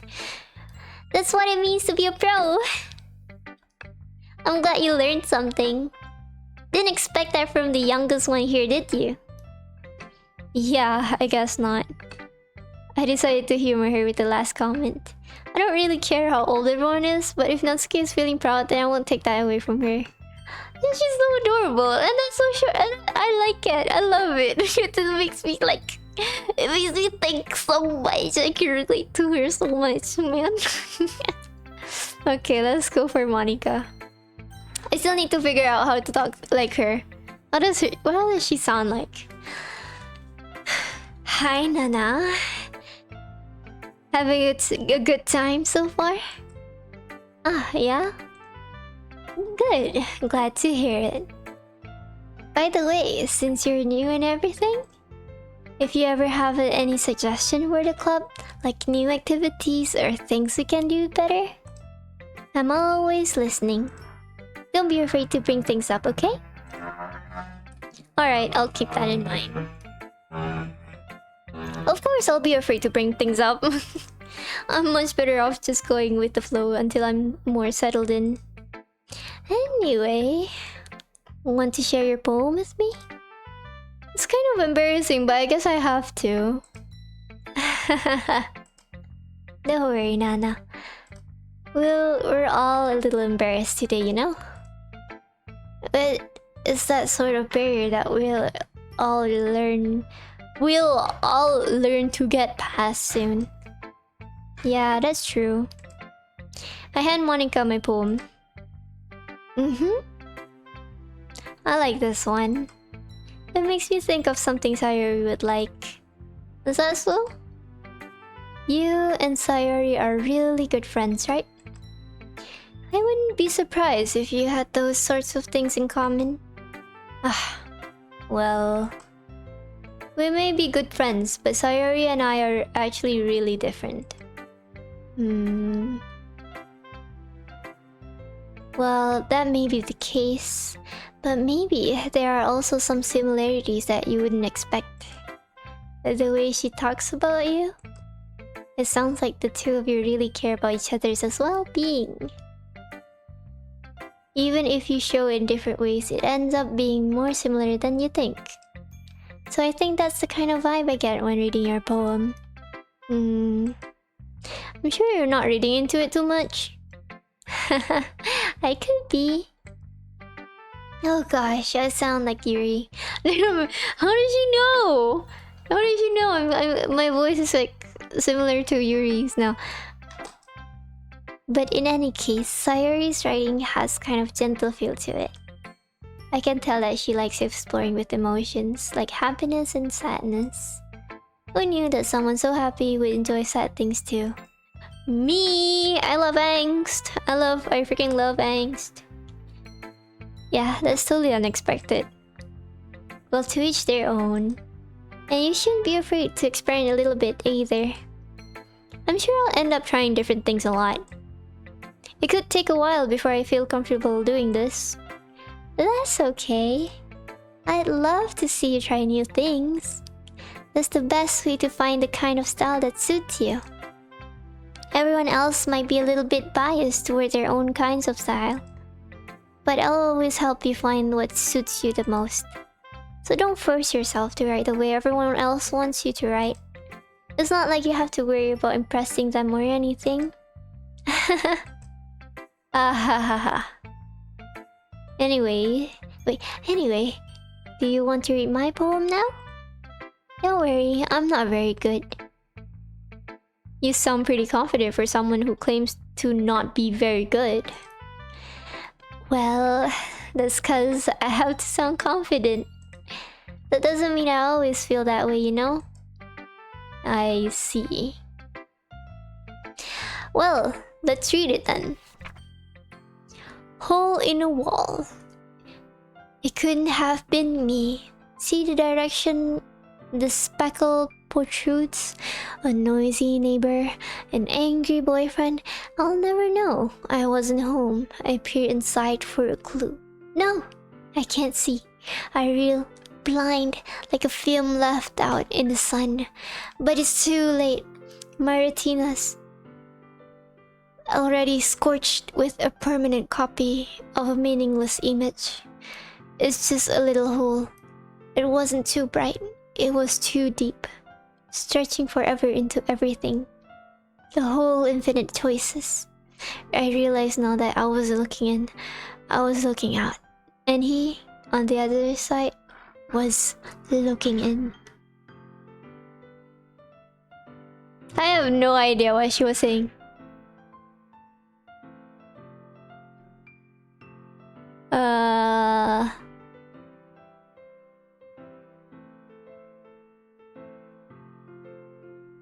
No, it's not processing. I'm not. No. So, what do you think? It's very freeform, if that's what you call it. Sorry, I'm not really the right person to ask for feedback. It's okay. Yeah, that kind of style has gotten pretty popular nowadays. That is, a lot of poems have been putting emphasis on the timing between words and lines. When performed out loud, it can be really powerful. What was the inspiration behind this one? Well, I'm not sure if I know how to put it. I guess you could say that I had some kind of epiphany recently. It's been influencing my poems a bit. An epiphany? Yeah, something like that. Yo! Wait, am I... Did I scream too loud? Sorry. My throat is killing me! Alright, I got it. It's okay, I'm drinking water. I know what she is talking about, but no spoilers. No spoilers! No. I'm kind of nervous to talk about deep stuff like that because it's kind of coming on strongly. Maybe after everyone's better friends with each other. Anyway, here's Monica's writing tip of the day. Sometimes when you're writing a poem or a story, your brain gets too fixated on a specific point.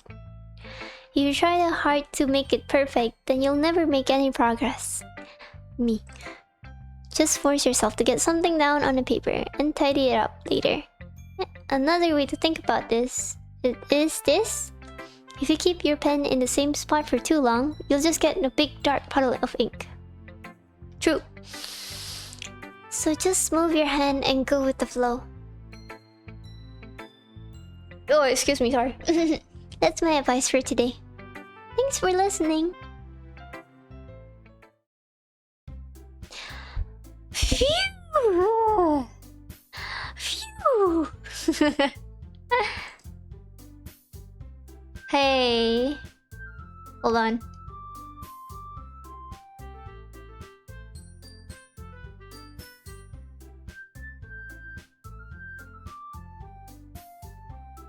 Get sniped. Get sniped, bozo. Alright.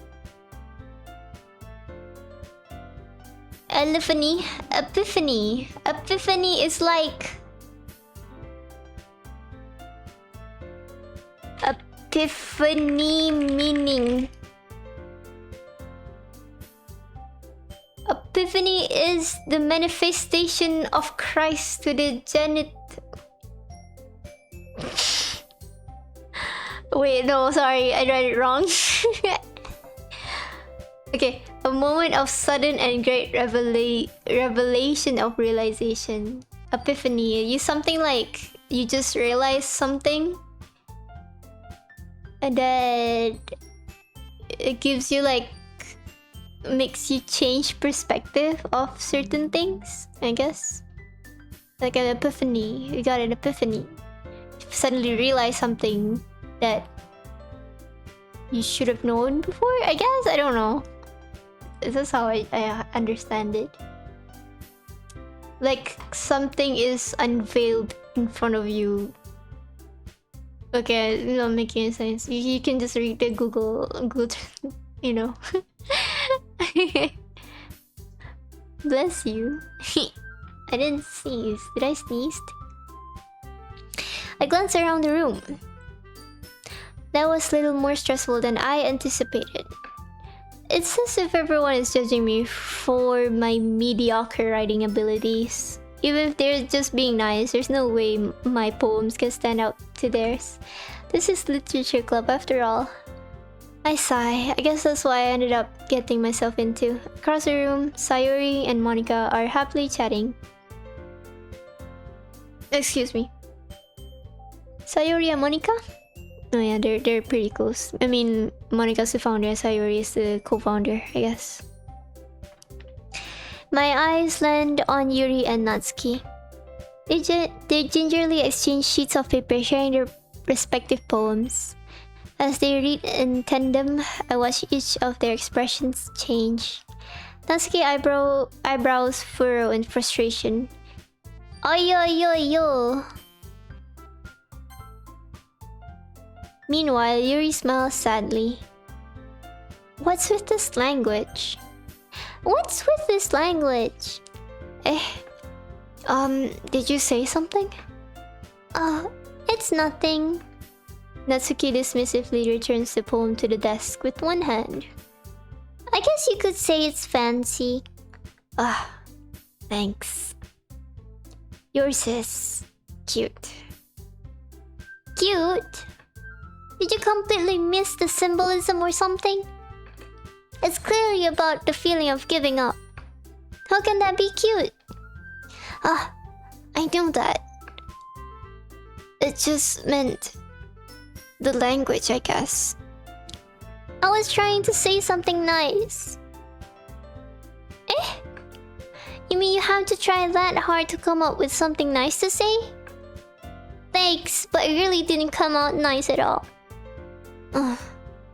Well, I do have a couple suggestions. If I was looking for suggestions, I would have asked someone who actually liked it. Which people did, by the way. Sayuri liked it. Nana did too. So based on that, I'll gladly give you some suggestion of my own. First of all... Excuse me. I appreciate the offer, but I spent a lot of time establishing my writing style. I don't expect it to change anytime soon unless, of course, I come across something particularly inspiring. Which I haven't yet.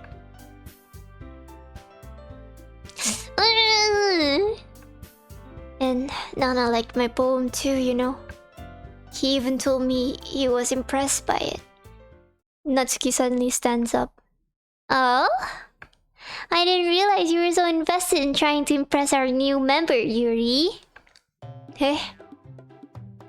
That's not what I... You're just... Yuri stands up as well? Maybe you're just jealous that Nana appreciates my advice more than he appreciates yours. Huh? And how do you know he didn't appreciate my advice more? Are you that full of yourself? No. If I was full of myself, I would deliberately go out of my way to make everything I do overly cutesy. Oh, girl. Is everyone okay? Well, you know what? I wasn't the one whose boobs magically grew a size bigger as soon as Nana started showing up. Natsuki? Natsuki? That's a little... This doesn't involve you. Wait. This doesn't involve... I can't do it. This doesn't involve you! Ah. I don't like fighting, guys. Oh, that's Sayuri. Oops, my bad. Suddenly, both girls turned towards me as if they just noticed I was standing there. Nana... She's just trying to make me look bad. That's not true. She started it. If she could get over herself and learn to appreciate that simple writing is more effective, then this wouldn't have happened in the first place. What's the point in making your poems all convoluted for no reason? The meaning should jump out of the reader, not force them to have to figure it out. Help me explain that to her, Nana. Wait. There's a reason we have so many deep and expressive words in our language. It's the only way to convey complex feelings and meaning the most effectively. Avoiding them is not only unnecessarily limiting yourself, is also a waste. Do you understand that right, Nana? Well...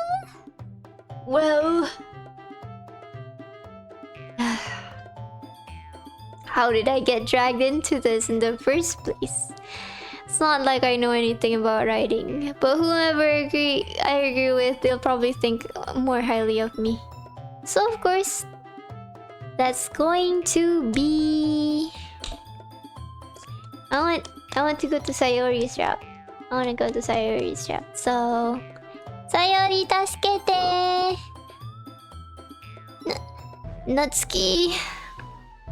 Natsuki glares at me, drying up any words I had in my mouth. So instead, I turn to Yuri.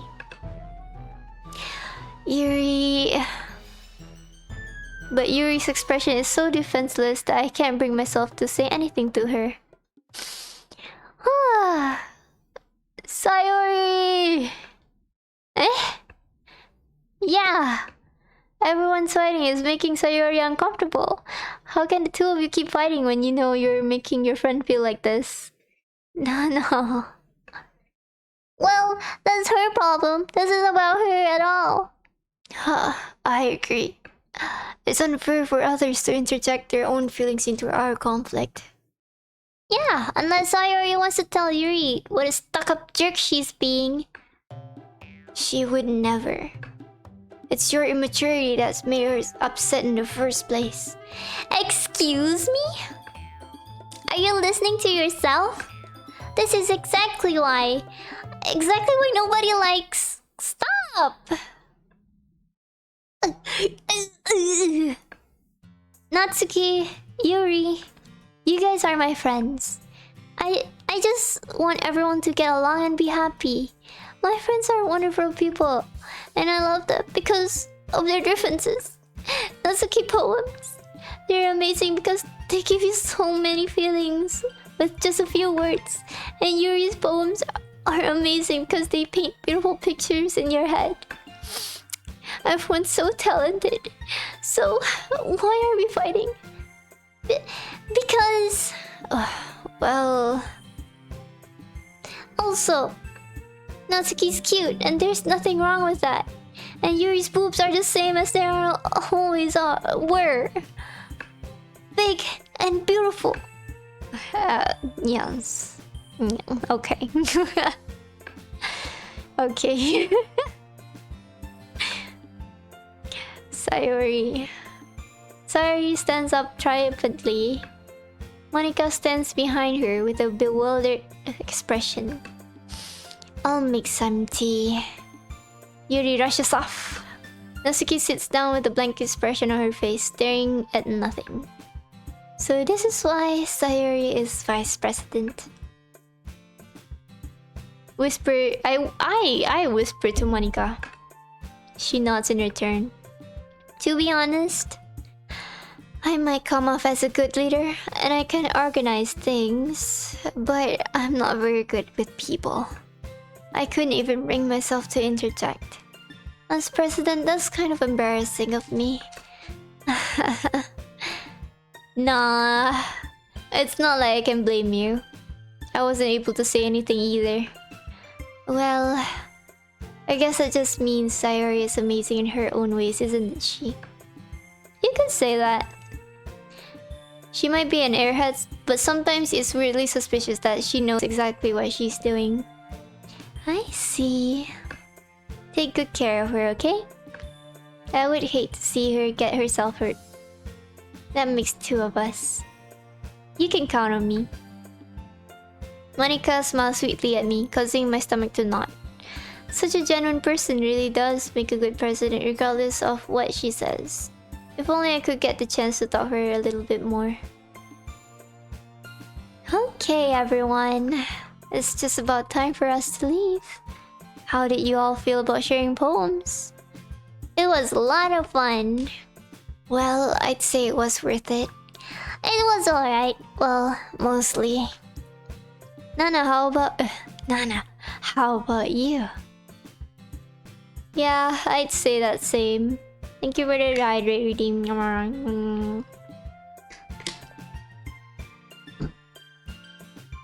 it was neat things. It was a neat thing to talk about with everyone. Awesome. In that case, we'll do the same thing tomorrow.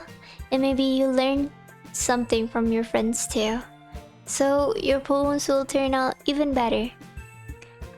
I think to myself, I did learn a little more about the kinds of poem everyone likes.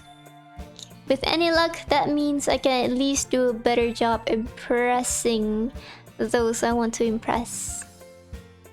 I nod to myself with newfound determination. Nana! Ready to walk home? Sure, let's go. Sayori beams at me. It truly has been a while since Sayori and I have spent this much time together. Can't really say I'm not enjoying it either. Sayori! Oh. About what happened earlier... What do you mean? What do you mean? You know, between Yuri and Natsuki. Does that kind of thing happen often? No. That's really the first time I've seen them fighting like that. I promise. What did you promise? They're both wonderful people. You don't hate them, do you? I just wanted your opinion, that's all. I can see why they'd make good friends with you. Phew. You know, Nana, it's nice that I get to spend time with you in the club. But I think seeing you get along with everyone is what makes me the happiest. And I think everyone really likes you too. That's... Every day is going to be so much fun. Excuse me. I'm sorry. I have so much like gas building up in me, and I hate it so much. It looks like Sayori still hasn't caught into the kind of situation I'm in.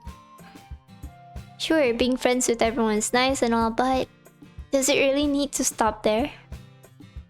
We'll just have to see what the future holds, Sayori. I pat Sayori on the shoulder. I said that more to myself than to her, but it's easy to use Sayori as an internal monologue sometimes. Okay. Yeah. Let's do this. Let's jump right into it, bros. More. Okay. What do I do? Boop. Forgive. Bed. Bunny. Cheer. Giggle. Maybe there's like a formula to this. I need to look it up soon. I need to breathe. Contamination. Vacation. Lucky. Lipstick. Candy. Existence. Party. Shining. I need water. There's no water word here. Memories.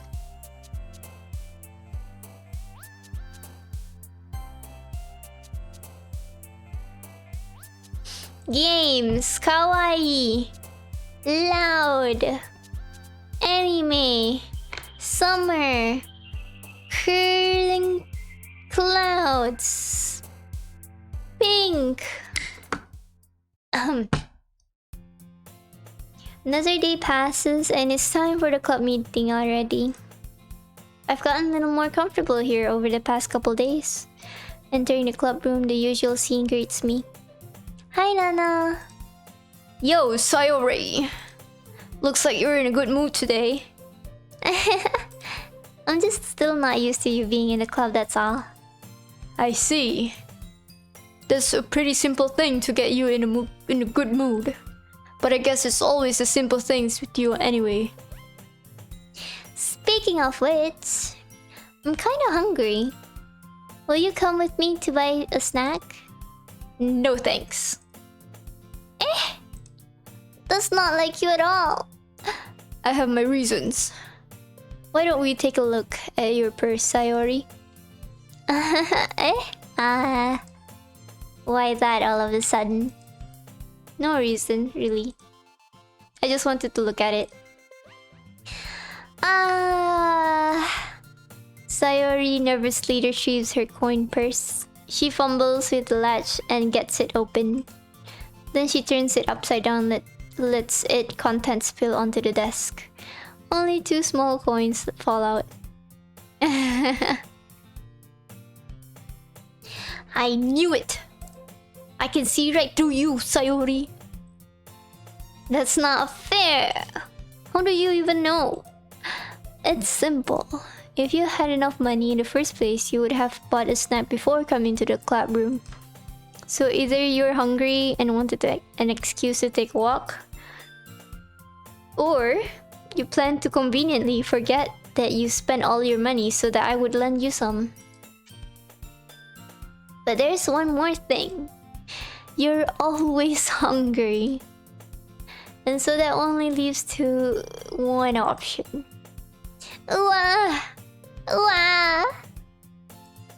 I give up. Don't make me feel guilty. If you feel guilty, then that means you deserve to feel guilty. Yuri suddenly giggles. I didn't notice that she was listening in. Her face is in her books as always.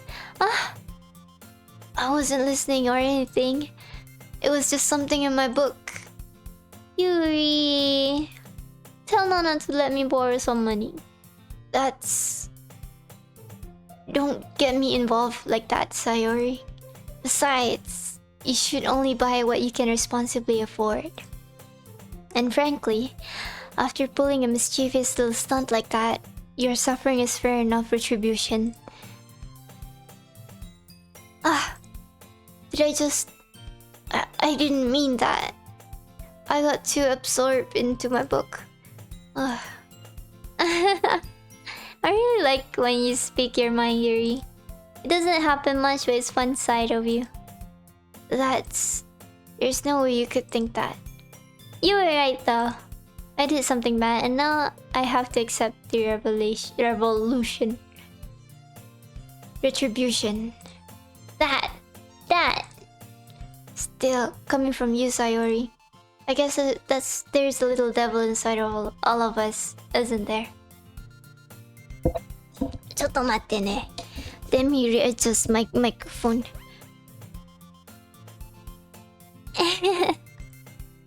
Don't let her fool you. Sayori knows exactly what she's doing. After all, she told you guys she was bringing me to the club before she even told me. But you wouldn't have come if it weren't for the cupcakes. So I had to trick Natsuki into making them. Come on, give me more credit than that, Sayori. Yeah!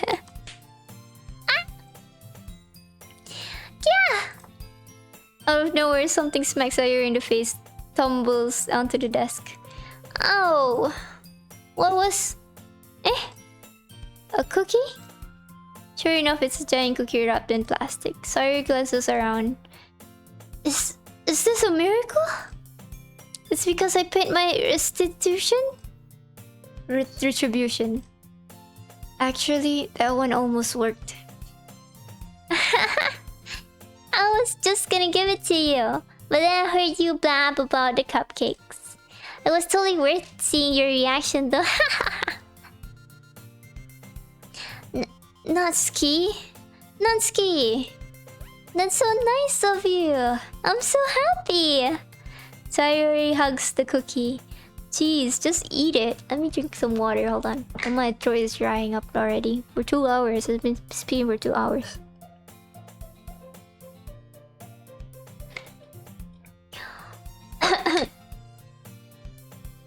Hello there, welcome to the stream. It's like sorry, my bad. It's like 12 AM here. I'm not usually up this late. It's been a while. So after this arc or scene, I'm gonna have to end stream because... Oh, my eyes cannot keep up anymore. Okay, let's continue. Sayori rapidly tears open the wrapper and takes a big bite.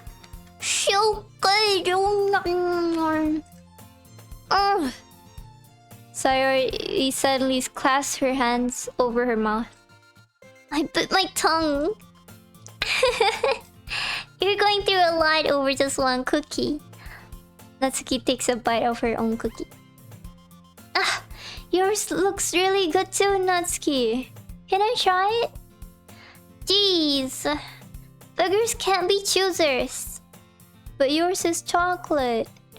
Yeah, why don't you think I gave you that one? Fine. Still, I'm really happy that you shared this one with me.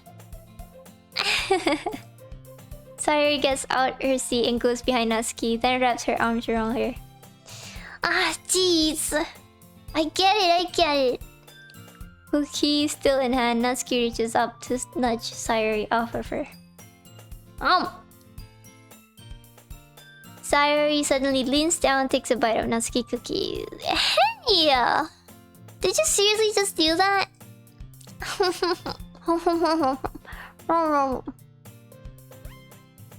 Okay, gang.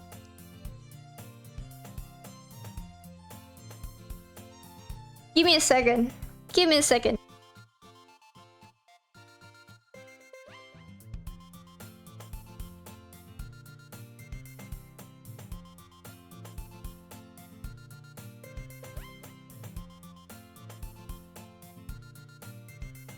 Don't worry. This is me practicing and speaking a lot more than usual on stream. I don't know how streamers or YouTubers do this every single day.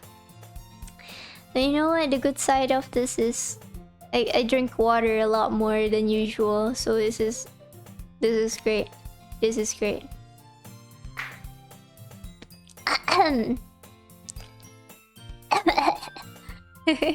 Their eyes are so far away from another. Exactly, actually right. Natsuki's art was like one of the reasons why I kind of like stayed away from Doki Doki, because I'm like,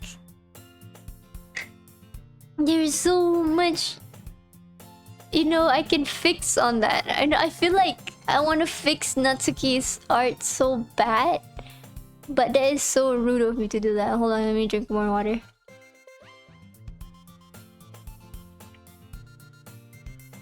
Does this game autosaves? Oh god, no, I did not save at all. That is scary. Okay, I'm not a professional visual novel player, so I know people would save every single time they make a choice, right? I forgot that I could do that. Whoops. Okay, let's continue. Mouthful, Sayori trots away to safety. Yuri and I laugh as well. Jeez, you're such a kid sometimes. Monika, can you tell Sayori? Natsuki glances around. Monika isn't in the club room. Ugh, where's Monika anyways? Good question. Have any of you heard anything about her being late today? Not me. Yeah, I haven't haven't either. That's a bit unusual. I hope she's okay though. Of course she's okay. She's probably just had something to do today. She's pretty popular after all. You don't think she's has a...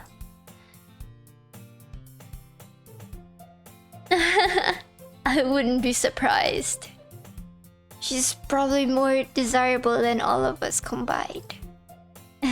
That's true. Excuse me?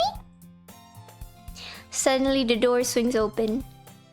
Sorry, Sorry, wait. Sorry, wait. I can't do her voice anymore. Sorry, I'm super late. I'm super sorry.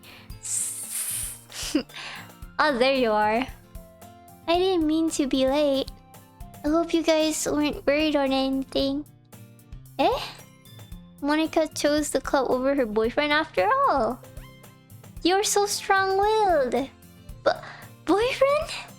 What on earth are you guys talking about? Monica quizzically glances at me. Ah, never mind that. What held you up anyway? Ah, well, my last period today was study hall. To be honest, I kind of just lost track of time. That makes no sense though. You would have heard the bell ring at least. I must not have heard it since I was practicing piano. Piano? I was aware you played music as well, Monica. Ah, I don't really.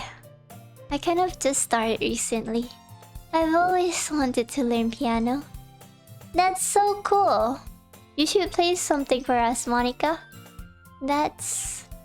Monica looks at me. Why are you guys looking at me? Go look at each other instead. Stop looking at me. I'm not contributing anything in this conversation. Maybe once I get a little better, I will. Yay! That sounds cool. I also look forward to it. Is that so? In that case, I won't let you down, Anna. Monica smiles sweetly. Ah, I didn't mean any pressure or anything like that. Don't worry. I've been practicing a whole lot recently. And I'd really love the chance to share once I'm ready. I see. In that case, best of luck. Thanks. So I didn't miss anything, did I? No, not really. I chose to leave out Sayori's mischievous escapade. I'm sure Natsuki will end up complaining to her anyway. It looks like everyone has already settled down. Sayori somehow already finished her entire cookie. Yuri is back to her book and Natsuki disappeared into the closet. What's so special about the closet, man? Ugh. Ugh. I hear Natsuki out there expirated sigh from within the closet. She seemed to be annoyed by something. I approach her in case she needs a hand. You looking for something in there? Freaking Monica! Freaking Monica! Frick! She never puts my stuff back in the right spot. What's the point in keeping our collection organized if someone else is just gonna mess it up? Natsuki slides a bunch of stacked books and boxes across the shelf. Manga. You read manga too, right? Sometimes. Manga is one of those things where you can't admit you're really into it until you figure out where the other person stands. Well, nowadays or back then, I would just admit I consume the medias, but I just don't say what. You get what I mean? You know. I still admit that. Yeah, whatever you say is true. It is. Yeah, it's true. True. How did you know? How did you know anyway? I heard you bring it up at some point. Besides, it's kind of written on your face. What's that supposed to mean? Do I look like a Discord mod to you?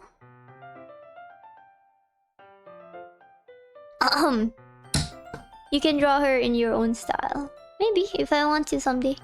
It would be nice if I like am obsessed with this game. I will probably. Oh no.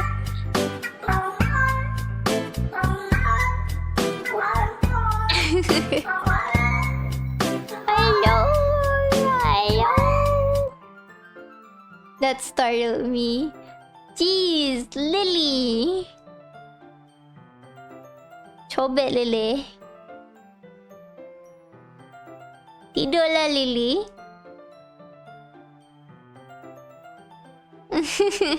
Mama, what kind of manga do you read? I read... I read... Okay, I started off from shoujo. And then boys love. Wait, no. Yaoi and then boys love. Shoujo, yaoi, boys love. And now I read... Well, not really now, but I sometimes read josei. But overall, I pick angst. Overall, I pick angst. And I think angst lies in josei or seinen or boys love. I think, yeah. But I don't read mangas anymore because I have no time. Like, it's hard for me to get into mangas nowadays. Tama, tidur lah. Kering taka. Hold on, my throat is getting dry. What do you mean are? My throat is getting dry and I only have one throat.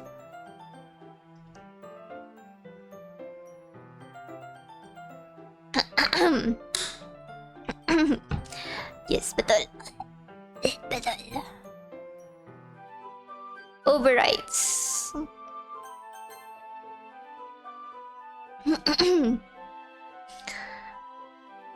I see. There's a lone volume of manga amidst a stack of various books on the side of one of the shelves. Curious, I pull it out of the stack. There it is! Natsuki snatches it out of my hand. She then turns to a box of manga and slips the volume right into the middle of the rest. Excuse me.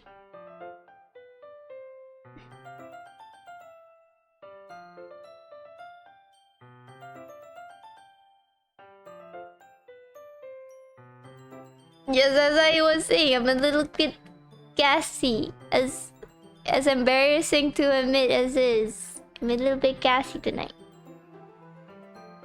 Not in that way, but like from the throat, because I'm like talking a lot right now.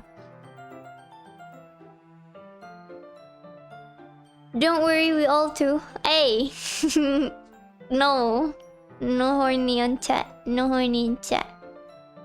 We know, not me either. No. Ah, much better. Seeing a box set with one book missing is probably the most irritating sight in the world. I know that feel. I get a closer look at the box set she's admiring. Parfait Girls. It's a series I've never heard of in my life.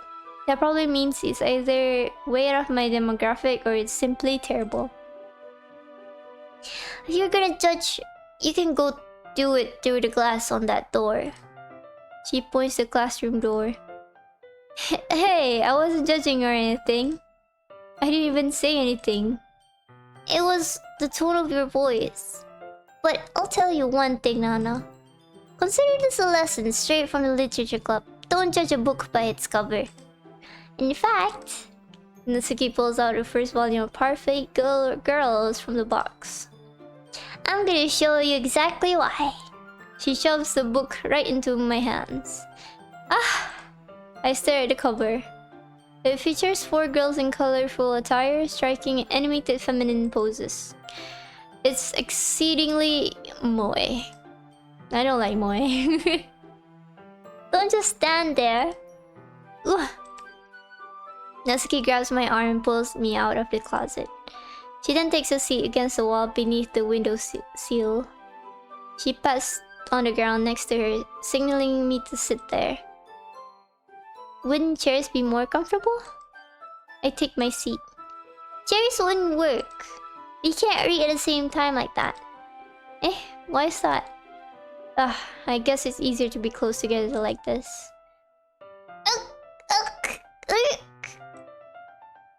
Don't just say that. You'll make me feel weird about it. Natsuki crosses her arms and scooches an inch away from me. Sorry. I didn't exactly expect to be sitting this close to her either. Not that I can say it's particularly bad thing. I opened the book. It's only a few seconds before Natsuki once again inches closer, reclaiming the additional space while she hopes I won't notice. I can feel her peering over my shoulder, much more eager to begin reading than I am. Wow, how long has it been since I read at the beginning?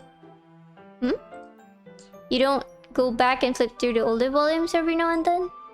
Not really. Maybe sometimes after I've already finished a series. Hey, are you paying attention? Attention! Are you paying attention? I am, but nothing's really happened yet, so I can't talk at the same time. It looks like it's about a bunch of friends in high school. Typical slice of life affair. Kind of grew out of these, since it's rare for the writing to be entertaining though enough to make up for the lack of plot. So, what should I expect from this? Is there going to be a plot? Well, obviously, you'd think I would enjoy something that didn't have a plot? I mean, well, I guess I know what you're saying. A lot of the beginning is about simple things. Like there's a really funny chapter where they're obsessed with the guy at the ice cream shop. But that just helps you get to know the characters. And besides, it's still entertaining. But later on, there's all kinds of drama. Like when they get into all the backstories and when some of the romance starts to happen. That's really what makes it so good. There are so many touching parts. Is that so? It sounds like you really know what you're talking about. Maybe I underestimated you. Hey, wait! What's that supposed to mean? Natsuki gives me a little shove. I just meant that I haven't yet seen you at your full power. Good save. This chapter seems like it's about baking. This is just a guess, but is there a lot of baking in this manga? Well... Natsuki pauses for a moment, as if she doesn't want to admit something. Yeah. Why does that matter? It doesn't... I was just curious. Since you enjoy baking too, right? That's... just a coincidence. I just happened to get into baking around the same time I got into the manga. Like, I would ever get into anything because it's in the manga. I feel bad for anyone that impressionable.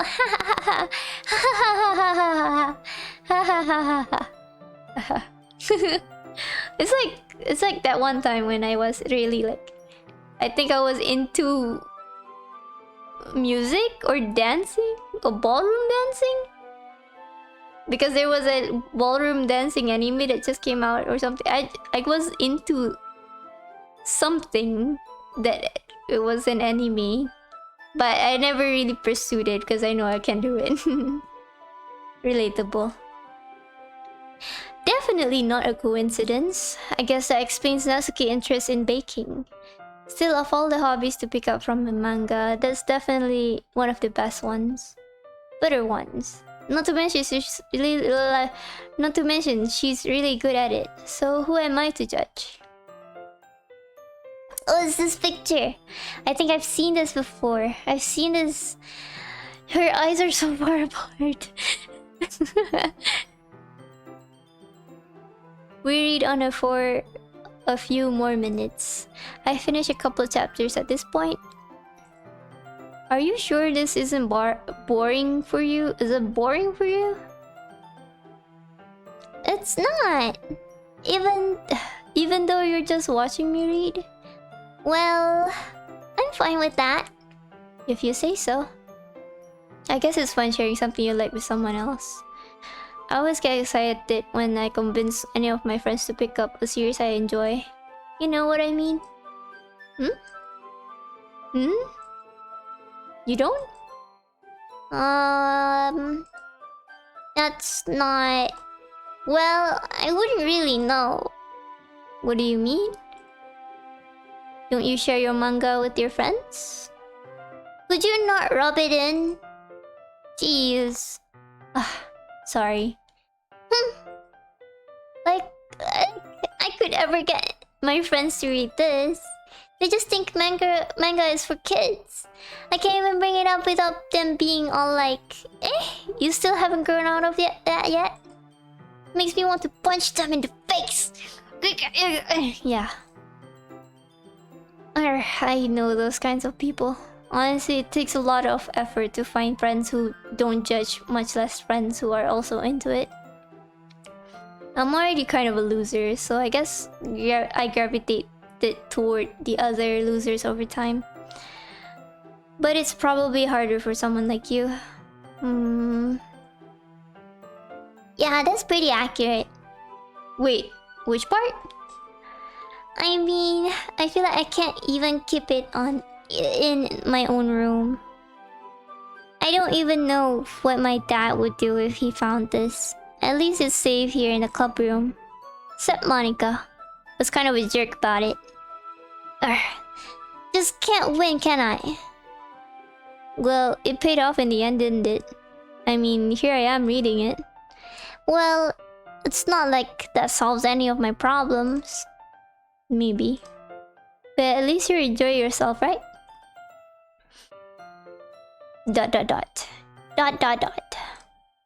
So... Hahaha. Jeez, that's enough! Are you gonna keep reading or what?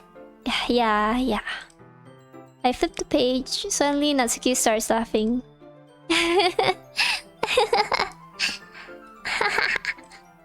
I totally forgot that happens. Natsuki puts her finger on one of the panels. Minori is my favorite character. You always feel a little bad for her since she's so unlucky. But it gets especially bad when... I shouldn't be talking about that yet. Just finish this chapter. Natsuki's voice sparkles with excitement. It's a stark contrast to her usually bossy tone. But she's not used to sharing her favorite manga with her friends. I can understand why. It's hard to express in words the feeling you get when connecting with someone like that. And being able to provide that to Natsuki, for whom it's a rare experience. The thought makes me smile a little to myself. Okay, everyone. Are you all ready with today's poems? Oh, come on! Could your timing be any worse? Sorry. I just need to make sure we have enough time. Though you do look pretty cozy over there, haha.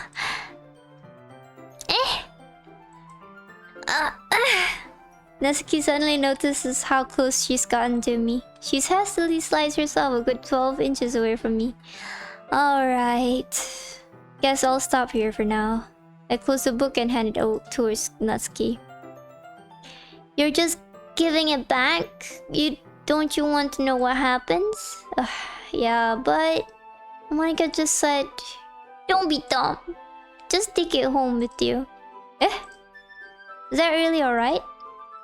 I say that mostly because I really didn't plan on using my spare time to read this. Well, of course! It would take forever to finish if you don't take it home. Just finish that one before tomorrow, so we can start the next one. And if it gets bent, I'll kill you. Like tomorrow? I only got partway through the volume so far. I might fall behind on some shows if I try to get through this. But I suppose it's necessary sacrifice in exchange for seeing Natsuki's enthusiastic face. Or am I more scared of what will happen if I don't finish it? Alright then. I stand up. I return to where I put my stuff and carefully slip the book into my bag. Who should I show my poem first? Sayori! ... Nana? I really love your poems. I can't believe you've been hiding this from me. I'm not hiding anything. But... your poems are so good. Yesterday's and this one's too. You can't tell me you haven't done this before. I mean... you're really the one who feels that way, so... No way! Not even Natsuki? Well, I guess Natsuki is the least likely to admit how much she likes something. But I don't think it's that. What do you mean? Well, I guess I'll be honest about it. It's a lot easier to write poems when I'm thinking about you.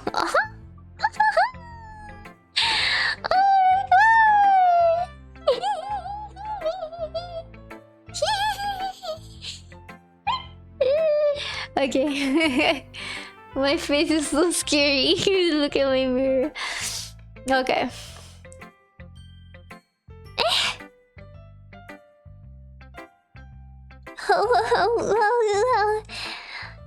Stop thinking weird things, you idiot.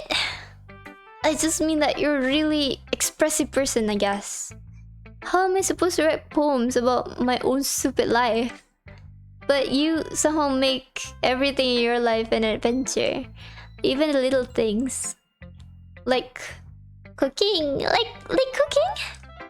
Let's not talk about that. So yeah. I guess what I'm saying is that I can feel more feelings through you than I can through myself. You have that kind of weird connection. It's your fault for getting in my business all the time. I don't know if I understand. You never understand when I try to explain things to you, do you, Sayori? I pat Sayori's head. Pat, pat. Hey! I'm not a kid, you know. Are you sure about that? Maybe? Sayori starts fiddling with her pencil between her hands. Hey, Nana. Will you give me your poem? I kinda want to keep it. Huh? Why? Because... well... it's the first time you've written something for me. Sayori, you completely misunderstood. I didn't write this for you. Are you even listening anymore? She's so delulu. She's so delulu in her own, like, little world, and I love her for that. Well, whatever. I'll give it to you when we go home. Really? Snap! Ah! Ah! Okay, I'll do it. Ah! I broke my pencil. Sayori hastily bends down to pick up the pieces she brought. But being inattentive of her surroundings, she bumps right into me. Sorry! It's fine, it's fine. I'll get it for you. I bend down and pick up the broken pencil. Sayori clutches the desk up beside her to support herself, knees shaking. I'm a little clumsy today. Let's sit down, Sayori. Yeah. I grab Sayori's arm and help her sit at the desk. Anyway, I still haven't read your poem. Oh, sorry, I forgot about that. But it's not as good as yours. Jeez, don't worry. I'm sure I'll like it. This is gonna be a long poem. Bottles. I pop off my scalp like the lid of a cookie jar. It's a secret place where I keep all of my dreams. What? What? Okay. Little balls of sunshine, all rubbing together like a bundle of kittens. I reach inside with my thumb and forefinger and pluck one out.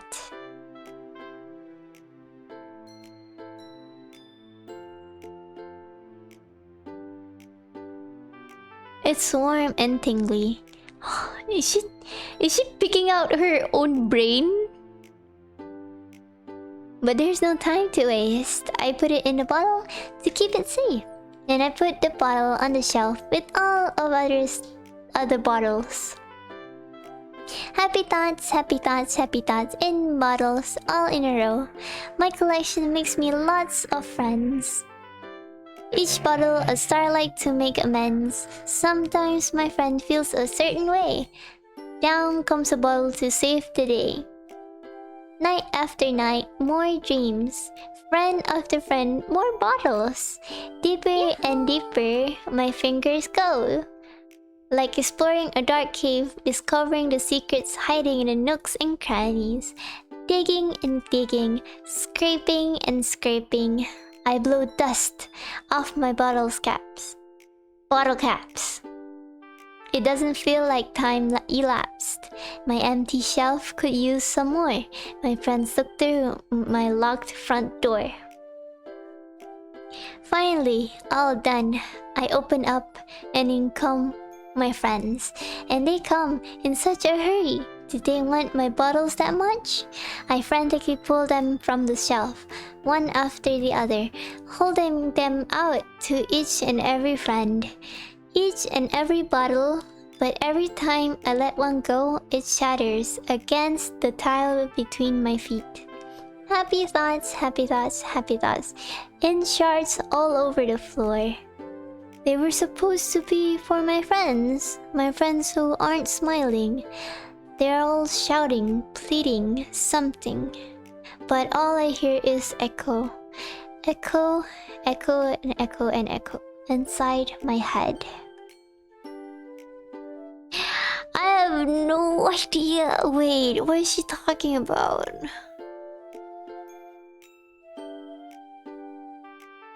I'm trying to like be immersed in this poem. It's like I'm trying to understand.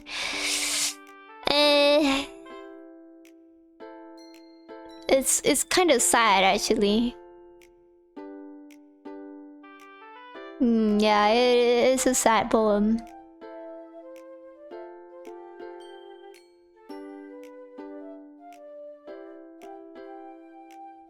It's like, I think it's like she's like full of happiness, and like whenever any of like her friends are sad, she will like try her best to make everyone feel better, but ends up when she's like frantically trying to make other people feel better, it ends up hurting herself in that process. That's why it shatters and it's against the tile between her feet. It's all over the floor. And they were supposed to be for my friends. Yeah, and her friends weren't smiling. And she couldn't like help them anymore because it's all gone in her between her feet. So that's why it's all echo inside her head. Because it's all empty, the happiness is gone. Bro, I'm so big-brained! I'm so smart! Have I played this game before? No, this is my first time playing. I've never seen any gameplay of this game actually. So I'm pretty enjoying it so far. It is like not being able to be happy even though she is sharing happiness with everyone. Yeah, something like that. Yeah. Yeah. It's definitely like that. I can relate to that. I'm gonna cry.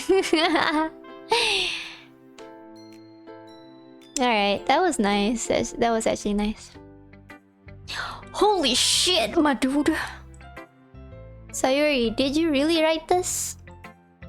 Of course I did. Didn't I tell you yesterday I'm gonna write the best poem ever? Yeah, but... I mean, I didn't expect something like this coming from you. Monica taught me a whole lot. And I've been really in touch with my feelings recently. I see that. It's almost kind of creepy. Creepy? Well, not exactly. Maybe because I'm so used to you being cheerful. Well, never mind. I'm thinking too hard about it. The point is, it came out good, so you should be proud of it. Aw, thanks. I feel like I was meant to express myself this way. It helps me understand my own feelings a little bit better. Writing is like magic. You've gotten pretty passionate about this, huh? I hope you keep it up. Yeah, writing's the best. I'm gonna keep writing until I die. Don't get ahead of yourself. Sayori's always had a habit of getting obsessed with something before dropping it no more than a week later. I wonder if this is one of those times. But seeing the passion in her eyes makes it hard for me to be pessimistic. Okay, let's go. For Yuri, we'll go in the same order before. It's my turn? Let's see how it compares to yesterday's. I see. It's a bit different. I respect you for trying a bit different things, Nana. Were you inspired by Natsuki's poem? Or Sayori's, perhaps? Well, I guess you could say that. I thought so. I'm happy for you. You don't need to find inspiration in my poems. I read them for myself, not for anyone else. So I don't really need for people to like them or anything. Yuri? I'm sorry for being blunt, but you're overthinking this a little. Just because our styles are different doesn't mean I dislike your poems.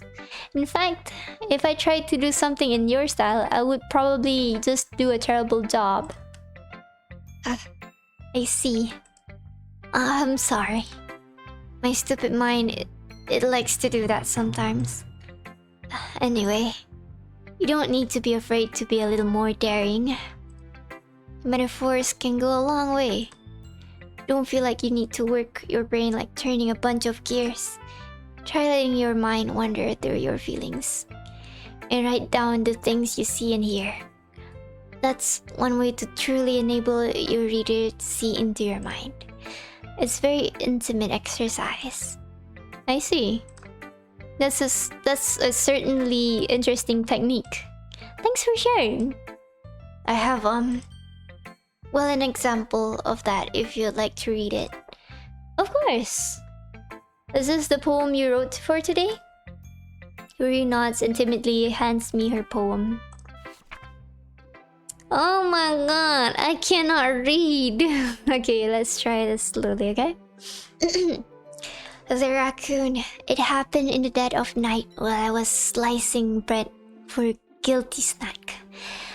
My attention was caught by this scattering of raccoon outside my window. That was, I believe, the first time I noticed my strange tendencies as an unordinary human. I gave the raccoon a piece of bread, my subconscious well aware of the consequences, well aware that a raccoon that is fed will always come back for more.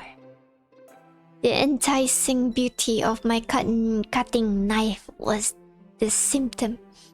The bread, my hunger, curiosity. The raccoon, an urge. The moon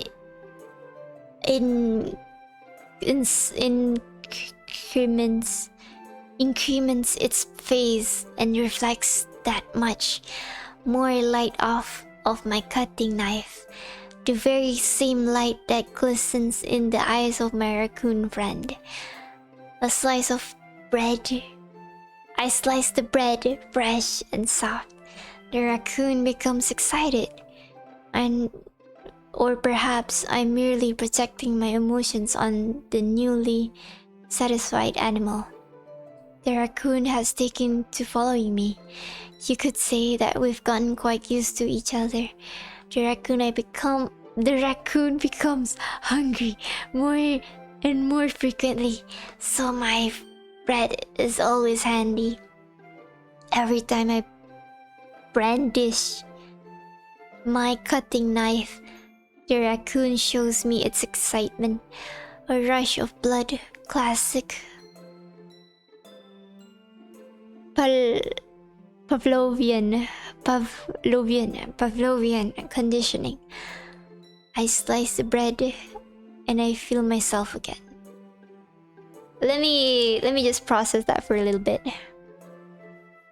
She sees a hungry animal while she was minding her own business cutting bread. Let me see.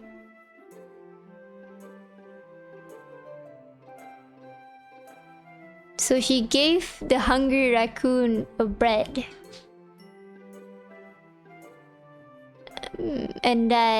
And because that she gave the raccoon bread,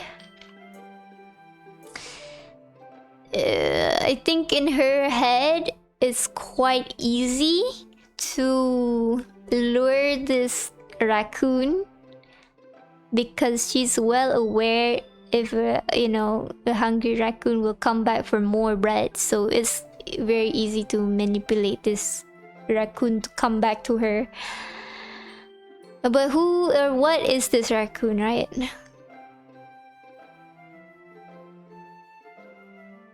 Yeah, she's like projecting like maybe this raccoon will like, I know, because you can't tell what raccoons' emotions are. They're animals, right? So she's like assuming that this raccoon is becoming excited, like, but she's only like, this is only in her head, kind of thing. Yeah.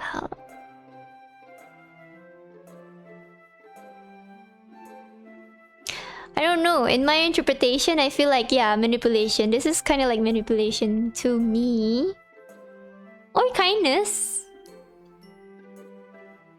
Oh wait.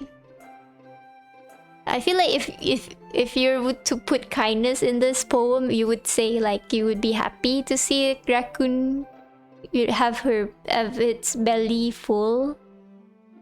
See, she says the raccoon shows me its excitement, a rush of blood, classic Pavlovian conditioning. As I slice the bread and I feel myself again. So by like make this raccoon to a Stockholm syndrome makes her feel more alive. Is Stockholm like the right term for it? Like, isn't that like the word for it when the victim is like comfortable with the... Okay, whatever, but you get what I mean, you know? Okay, she's manipulating. That's my interpretation. Bye-bye. I was a little more daring with this one than yesterday's. I can see that. It's a lot more metaphorical. I don't know if it's my fault, but I can't begin to imagine what this poem is about. That's right. It's a bit closer to my preferred writing style. Using the poem as a canvas to express vivid imagery and conveying emotions through them. Yeah, if I take it at face value, then I can't even figure out what it's supposed to mean. Well, I think it's something that different people can relate to in their own way. I wanted to express the way it feels for me to indulge in my more unusual hobbies. It's those sorts of things I'm usually forced to keep to myself. So I sometimes enjoy writing about them. Why do you keep them to yourself? Because they're embarrassing and people would make fun of me. Don't you have anything like that, Nana? Well, of course everyone does. Yeah, I guess I do. I feel like everyone has a little something like that. The best we can do is respect each other and our individualities, even if it's difficult sometimes and some things makes us uncomfortable. After all, if I hadn't learned to embrace my own weirdness, I would probably hate myself. I might be ranting a little bit now, but I'm glad that you're a good listener. That's very interesting. Natsuki! Oops, I missed. Natsuki reads my poem. She keeps glancing at me, then back at the poem. By now she must have read it more than once. Aren't you supposed to be bad at this? Is that a compliment? No! I mean, you know... Natsuki struggles to find the words she wants. I just expected a lot less after what you showed me yesterday. That's all. Well, I guess I just got lucky with this one. Yeah, exactly. You just got lucky. Don't get used to it. You won't always manage to write poems as cute. I mean, well written. No, so that's how it is. My poem is cute. No, why are you smiling? It's not like I like cute things. Natsuki shoves my poem back towards me. Reading it again, I decided that it's not so great after all. It's not cute and Doki Doki. It wouldn't only impress, girls who like those kinds of things. For some reason, Natsuki is incredibly easy to see through. Wait, I kinda wanna sneeze right now. Okay, it's gone. It's gone. Alright, I'm good. Well, anyway, you're gonna read mine now, right? Judging by your taste, you probably liked it a lot. You'll probably learn something too. Don't forget who the real pro is. Amy likes spiders. You know what? I heard about Amy. Amy likes spiders. Icky, wriggly, hairy, ugly spiders. That's why I'm not friends with her. Amy has a cute singing voice. I heard her singing my favorite love song. Every time she sang the chorus, my heart would pound to the rhythm of the words. But she likes spiders. That's why I'm not friends with her. One time, I hurt my leg really bad. Amy helped me up and took me to the nurse. I tried not to let her touch me. She likes spiders, so her hands are probably gross. That's why I'm not friends with her. Amy has a lot of friends. I always see her talking to people. She probably talks about spiders. What if her friends start to like spiders too? That's why I'm not friends with her. It doesn't matter. And why am I stuttering a lot in her, poem? It doesn't matter if she has her other hobbies. It doesn't matter if she keeps it private. It doesn't matter if it doesn't hurt anyone. It's gross. She's gross. The world is better off without spider lovers. I'm gonna tell everyone. This is just jealousy.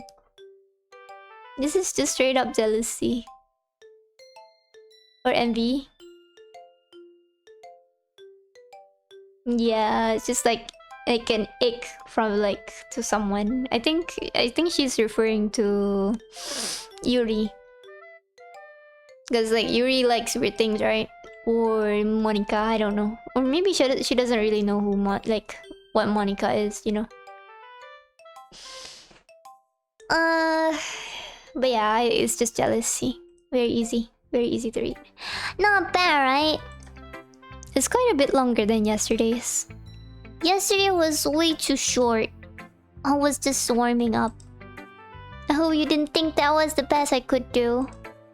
No, of course not. Anyway, the message is pretty straightforward in this poem. I doubt I have to explain it. Sometimes you can explain complicated issues with much simpler analogies. And it helps people realize how stupid they're being. Like anyone would agree that the subject of this poem is an ignoring jerk. Do you know people like that? Of course! It's about how everyone thinks That doesn't matter. It can't be about anything. I wrote it to be easy to relate to. Everyone has some kind of weird hobby or guilty pleasure. Something that you're afraid if people find out, they'd make fun of you or think less of you. But that just makes people stupid. Who cares what someone likes as long as they're not hurting anyone and it makes them happy? I think people really need to learn to respect others for liking weird things. Huh, that's funny. Yuri wrote about something similar today. Huh? Did you say Yuri? Yeah. She said her poem was about an unusual hobbies of hers. I didn't really get it, but she said something similar to you. Wait. Nah, I don't know. That people shouldn't make each other feel insecure about those things. Really? Well, I mean, Yuri's pretty weird, so I wouldn't doubt that she has some weird hobbies. Not that there's anything wrong with that. No. It's not like I would judge her or anything. Nazuki has trouble finding words. I guess I should try not to be so mean to her. If she feels insecure about her weird behaviors and stuff. I mean, I always hate people who make me feel insecure. And Yuri made me feel insecure yesterday. But the way you put it, it sounds like she's learned her lesson. Well, I would say so. Even if her writing style is really different, I'm sure she'll appreciate the message in your poem. Is that what I do best after all? It's what I do best after all. I don't like writing unless there's a good message to take away from it. Like conveying emotions is important. But I want to make people think, not just feel. Remember that. I'm gonna write a good one for tomorrow too, so look forward to it. Who should I show my poem next? Monica. Monica. Hi again, Nana. How's your writing going? Alright, I guess. I'll take that. As long as it's not going bad. I'm happy that you're applying yourself. Maybe soon you'll come up with a masterpiece. I wouldn't count on that. You never know. I want to share what you wrote for today. Sure. Here you go. I give my poem to Monica. ... Alright. I like it, Nana. Really? It's a lot cuter than I expected. Oh jeez. No. Kind of makes me think of something Natsuki would write. And she's a good writer too. So take that as a compliment. If you say so. Yep. By any chance, have you read anything by Shel Silverstein? Maybe a long time ago. He's famous for telling all kinds of stories in just a few simple words. His poems can be funny, endearing, or even sad. And sometimes they're only a few lines long. They might even feel like they're written for kids, but if you think about them, they can express views of the world that would apply to anybody. I see. So you're saying Natsuki is kind of like that? Sort of. Maybe she's not an expert, but you probably won't find much filler in her poems. They might be easy to write, but they're super challenging to get the meaning through. So I can see why it would be your kind of poem to explore. But anyway, you want to read my poem now? I like the way this one turned out, so I hope you do too. Alright, let's take a look. Save me. Oh, this is gonna be a long one, guys. Oh wait. Okay. Save me. The colors, they won't stop. Bright, beautiful colors. Flashing, expanding, piercing, red, green, blue, an endless cacophony of meaningless noise. The noise, it won't stop. Violent, creating waveforms. Squeaking, screeching, piercing. Sighing, consighing, tangent. Like playing a chalkboard on a turntable. Like playing a vinyl on a pizza crust. An endless poem of meaningless. Yeah, I've heard some things about Monica actually, about her being like an entity of her own. Blah, blah, blah. Yep, but I have no idea what she's talking about though. Maybe about the game itself, I think. It's even more abstract than your last one, huh? I guess it's just the way I write. I'm sorry if you don't like it. No, I never said that. It's just a kind of thing I've never really seen before, I guess. I kind of like playing with my space on the paper. Choosing where and how to space your words can totally change the mood of the poem. It's almost like magic. The way I wrote the lines really short makes it feel like they're trying to speak over the noise. I see. It's still hard for me to tell what it's about though. Sometimes asking what a poem is about isn't the right question. A poem can be abstract as a physical expression of a feeling, or a conversation with the reader. Wait, I kind of feel like I want to save this. So putting it that way, not every poem is about something. Anyway, here's Monica's writing tip of the day. Sometimes you'll find yourself facing a difficult decision. When that happens, don't forget to save your game. Alright, she's breaking the fourth wall now. You never know when you might change your mind. When something unexpected may happen. Wait, is this tip even about writing? What am I even talking about? That's my advice for today. Thanks for listening. Awesome. Okay, everyone. We're all done reading each other's poems, right? I have something extra planned today, so if everyone could come and sit at the front of the room. Is this about the festival? Well, sort of. Ugh, do we really have to do something for the festival? It's not like we can put together anything good in just a few days.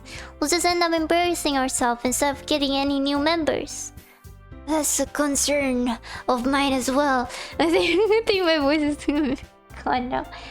That's a concern of mine as well. I don't really do well with last-minute preparations.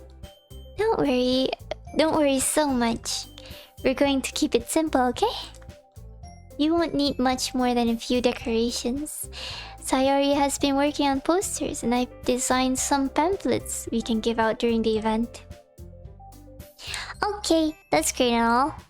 But that doesn't tell us what we're actually going to be doing for the event. Ah, sorry. I thought you heard about it already. We're going to be performing. Performing? Monica. Yeah, we're going to be having a poetry performance. Each of us are going to choose a poem to recite during the event. But the cool part is, we're also going to let anyone else come up and recite poems too. Sayori's putting it on all the posters in case anyone wants to prepare ahead of time. Sayori, who's been coloring a poster, holds it up for us to see. Are you kidding me, Monica? You didn't really already start putting those posters up, did you? Well, I did.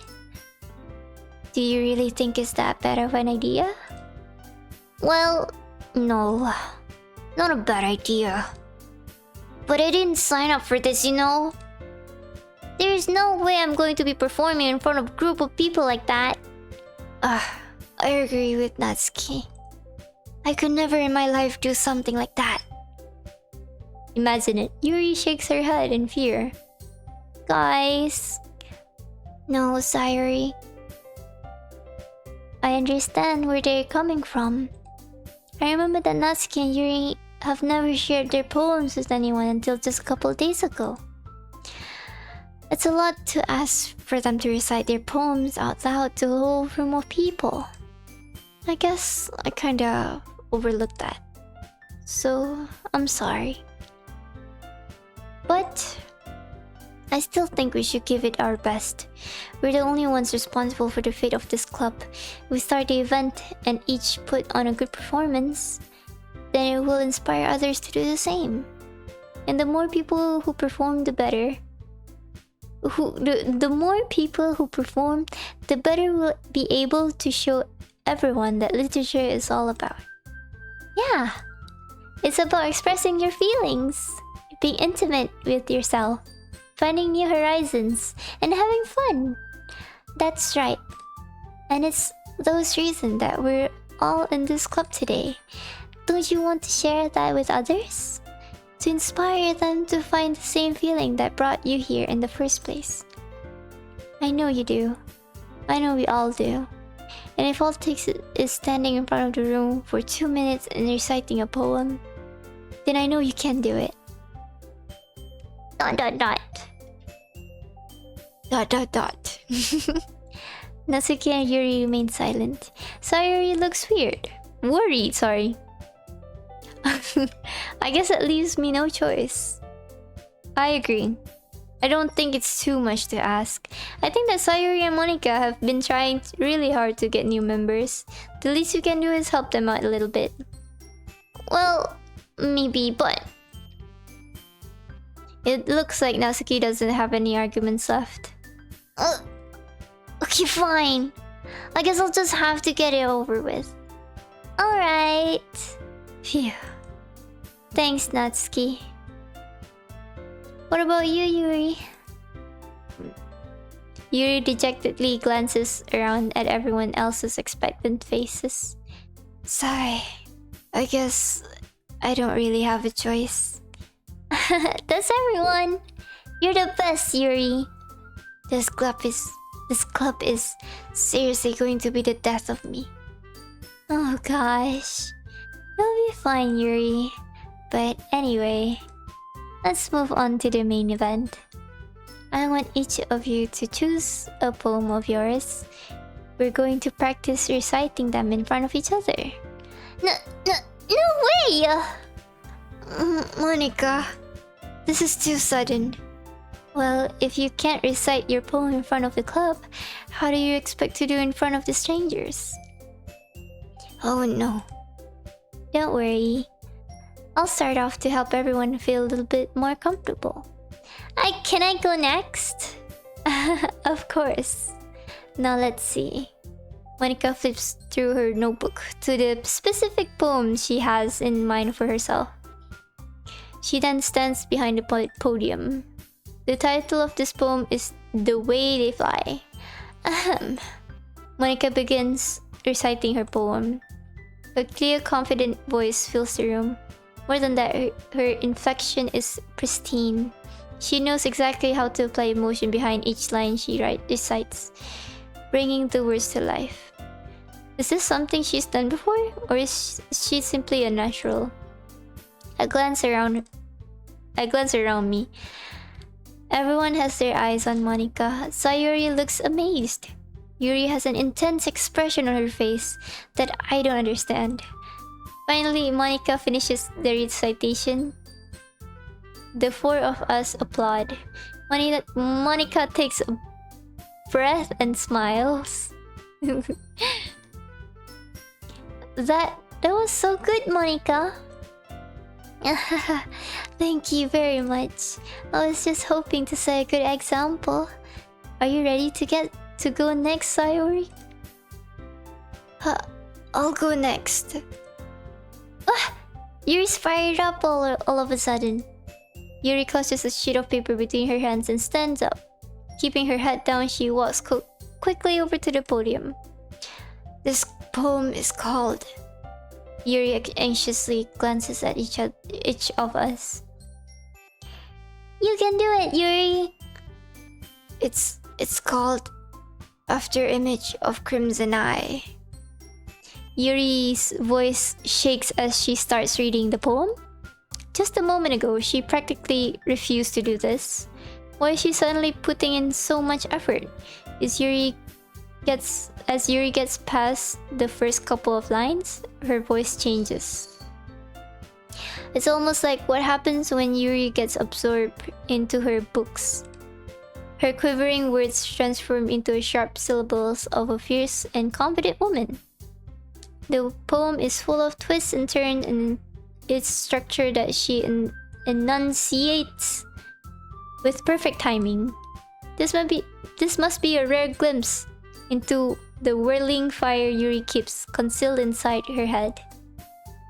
Suddenly, she's finished. Everyone is stunned.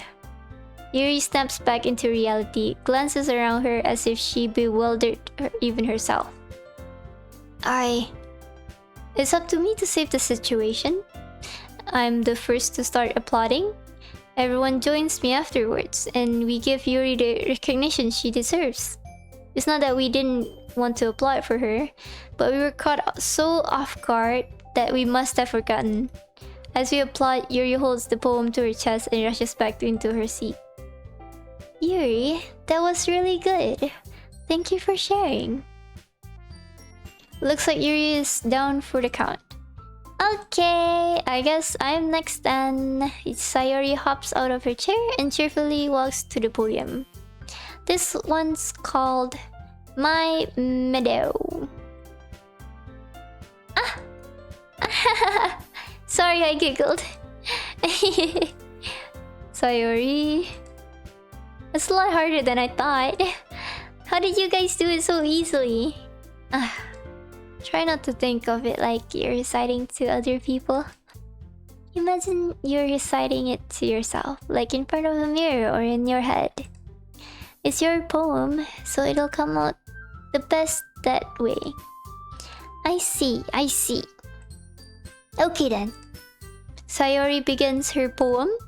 Somehow, it feels like her soft voice was made as a perfect match. The poem isn't aimlessly cheery like Sayori is. It's serene and bittersweet. If I were to read this on paper, I probably wouldn't think much of it. But hearing it come from Sayori's voice almost gives it a whole new meaning. Maybe this is what Sayori meant when she said she likes my poems. Excuse me. It's like I get to reach more deeply into someone I thought I knew, through and through. Sayori finishes and we applaud. I did it! Good job, Sayori. Even Nana liked it. I guess that's a good sign. What does that even mean? It came out nicely, Sayori. The atmosphere of the poem fits you really nicely. But might be that other poems wouldn't work quite as well with that kind of delivery. I don't really understand. In other words, I've seen poems of yours where that sort of gentle delivery wouldn't work as well. They might need a little more force behind them depending on what you're reading. Oh, so I know what you mean. Well, I've been practicing that kind of thing. It's just embarrassing to do in front of everyone. Then, next time, I'm going to make you pick a poem that challenges you a little more. We don't have much time before the festival, you know? Okay! Now, who's next? Natsuki? Hump! Don't make me go before Nana. It's not like I can compare to you guys anyway. Might as well let Nana lower everyone's standards a little before I have to do it. Natsuki. It's fine. I might as well get it over with. But it's not like I have much of a selection of what to read. I'll just have to go with what I wrote for today. I stand up and step in front of the podium. Everyone has their eyes on me, making me feel terribly awkward. I recite my poem. Since I'm not exactly confident in my own writing, it's hard to put energy into it. Despite that, once I finish, I receive applause anyways. Sorry, I'm not really as good as everyone else. Don't worry about it so much. I think it's less about your abilities and more about your lack of confidence in your writing. That's something that'll improve over time though. Yeah, maybe. Alright then. That just leaves you, Natsuki. Yeah. Natsuki begrudgingly gets out of her seat and makes her way to the podium.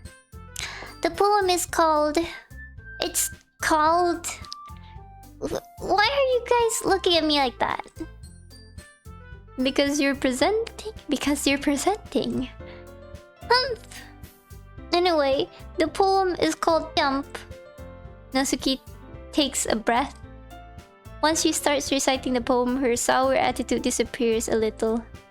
While she's still a little enthused, her poem has a rhythm and rhyme to it. It's Natsuki's trademark style, and it works surprisingly well when spoken aloud. The words feel like they bounce up and down as if giving life to the poem.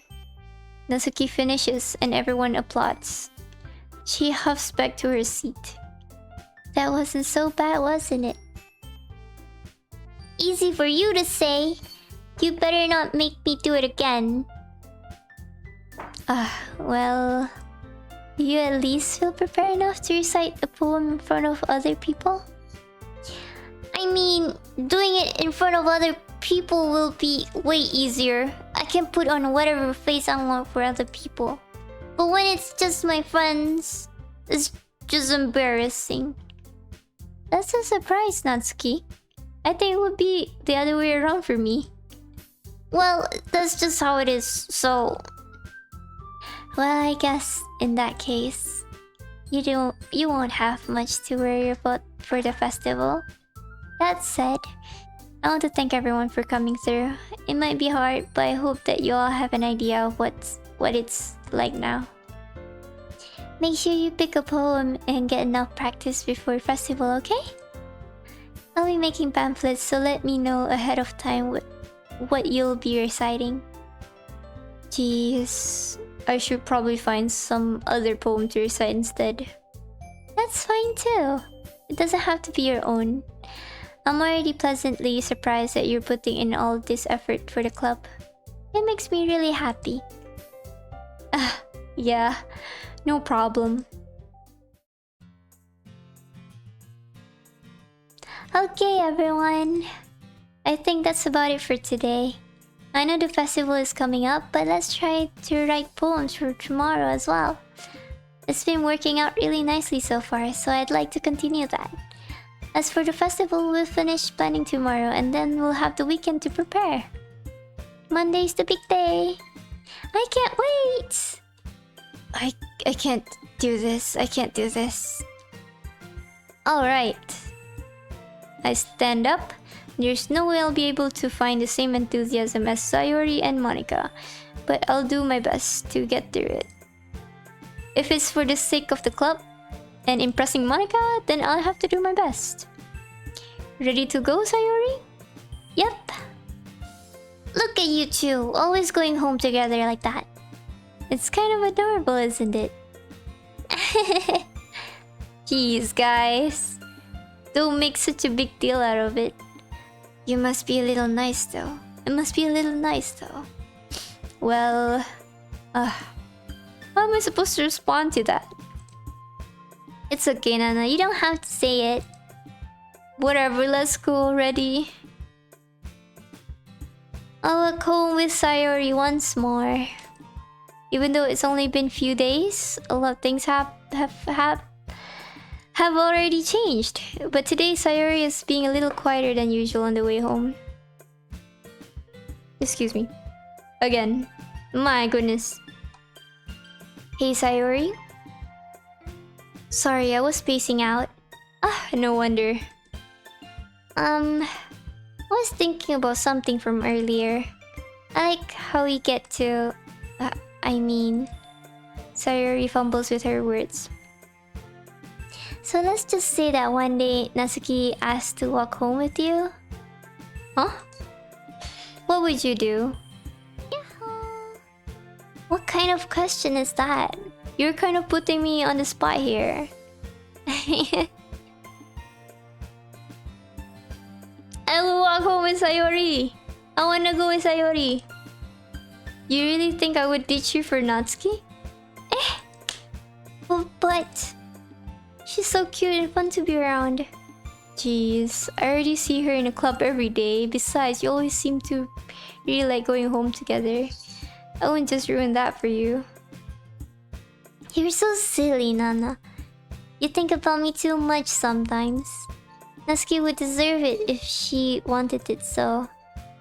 Sayori, I've already made up my mind. I really can't figure out sometimes.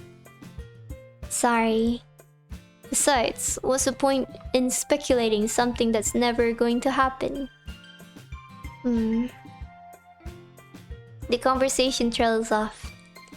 It's kind of weird thing for Sayori to care so much about.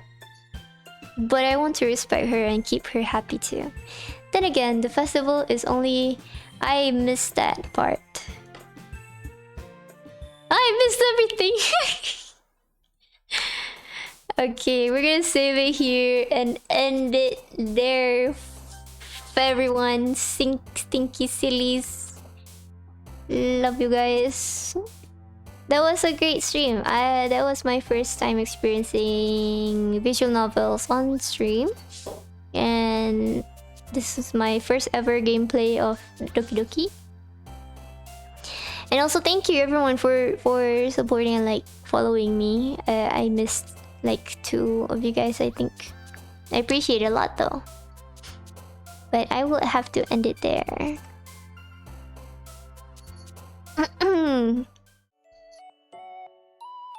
Did I save it yet? Yes.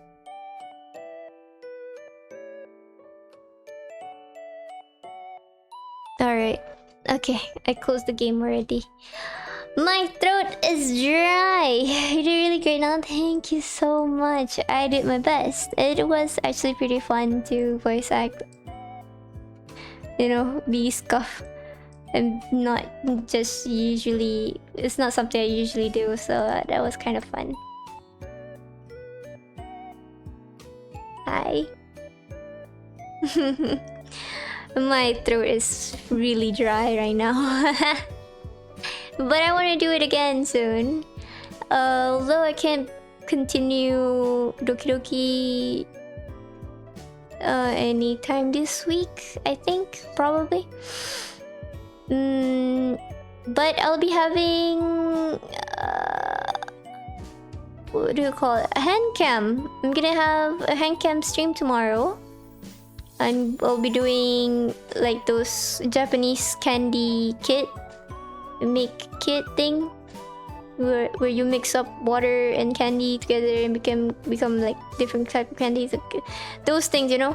And I'll only have like 1 packet of it, so it will be only 1 packet of me hand cam thingy. Maybe I'll figure out something else to do afterwards, or we'll just have chat, so we'll continue working. But yeah, look forward for tomorrow, same time. Handcam stream! Yippee! Yippee! I hope you guys have fun. I'll probably be uploading that VOD to my YouTube channel if anyone wants to rewatch it. Should I cut it out some parts? Yeah, I'm thinking of like making into like a Doki Doki stream series. So yeah. Again, that was fun. I'll see you guys again tomorrow, maybe morning or at night. So Madan is here too, but say bye-bye. Say bye-bye. Meow. Meow. Mwah. Mwah. Mwah. Let's good night, guys. Thank you again. Thank you so much for supporting. Bye bye. Oops, I shrunk. Nanite. Nanite to otsukare-sama deshita.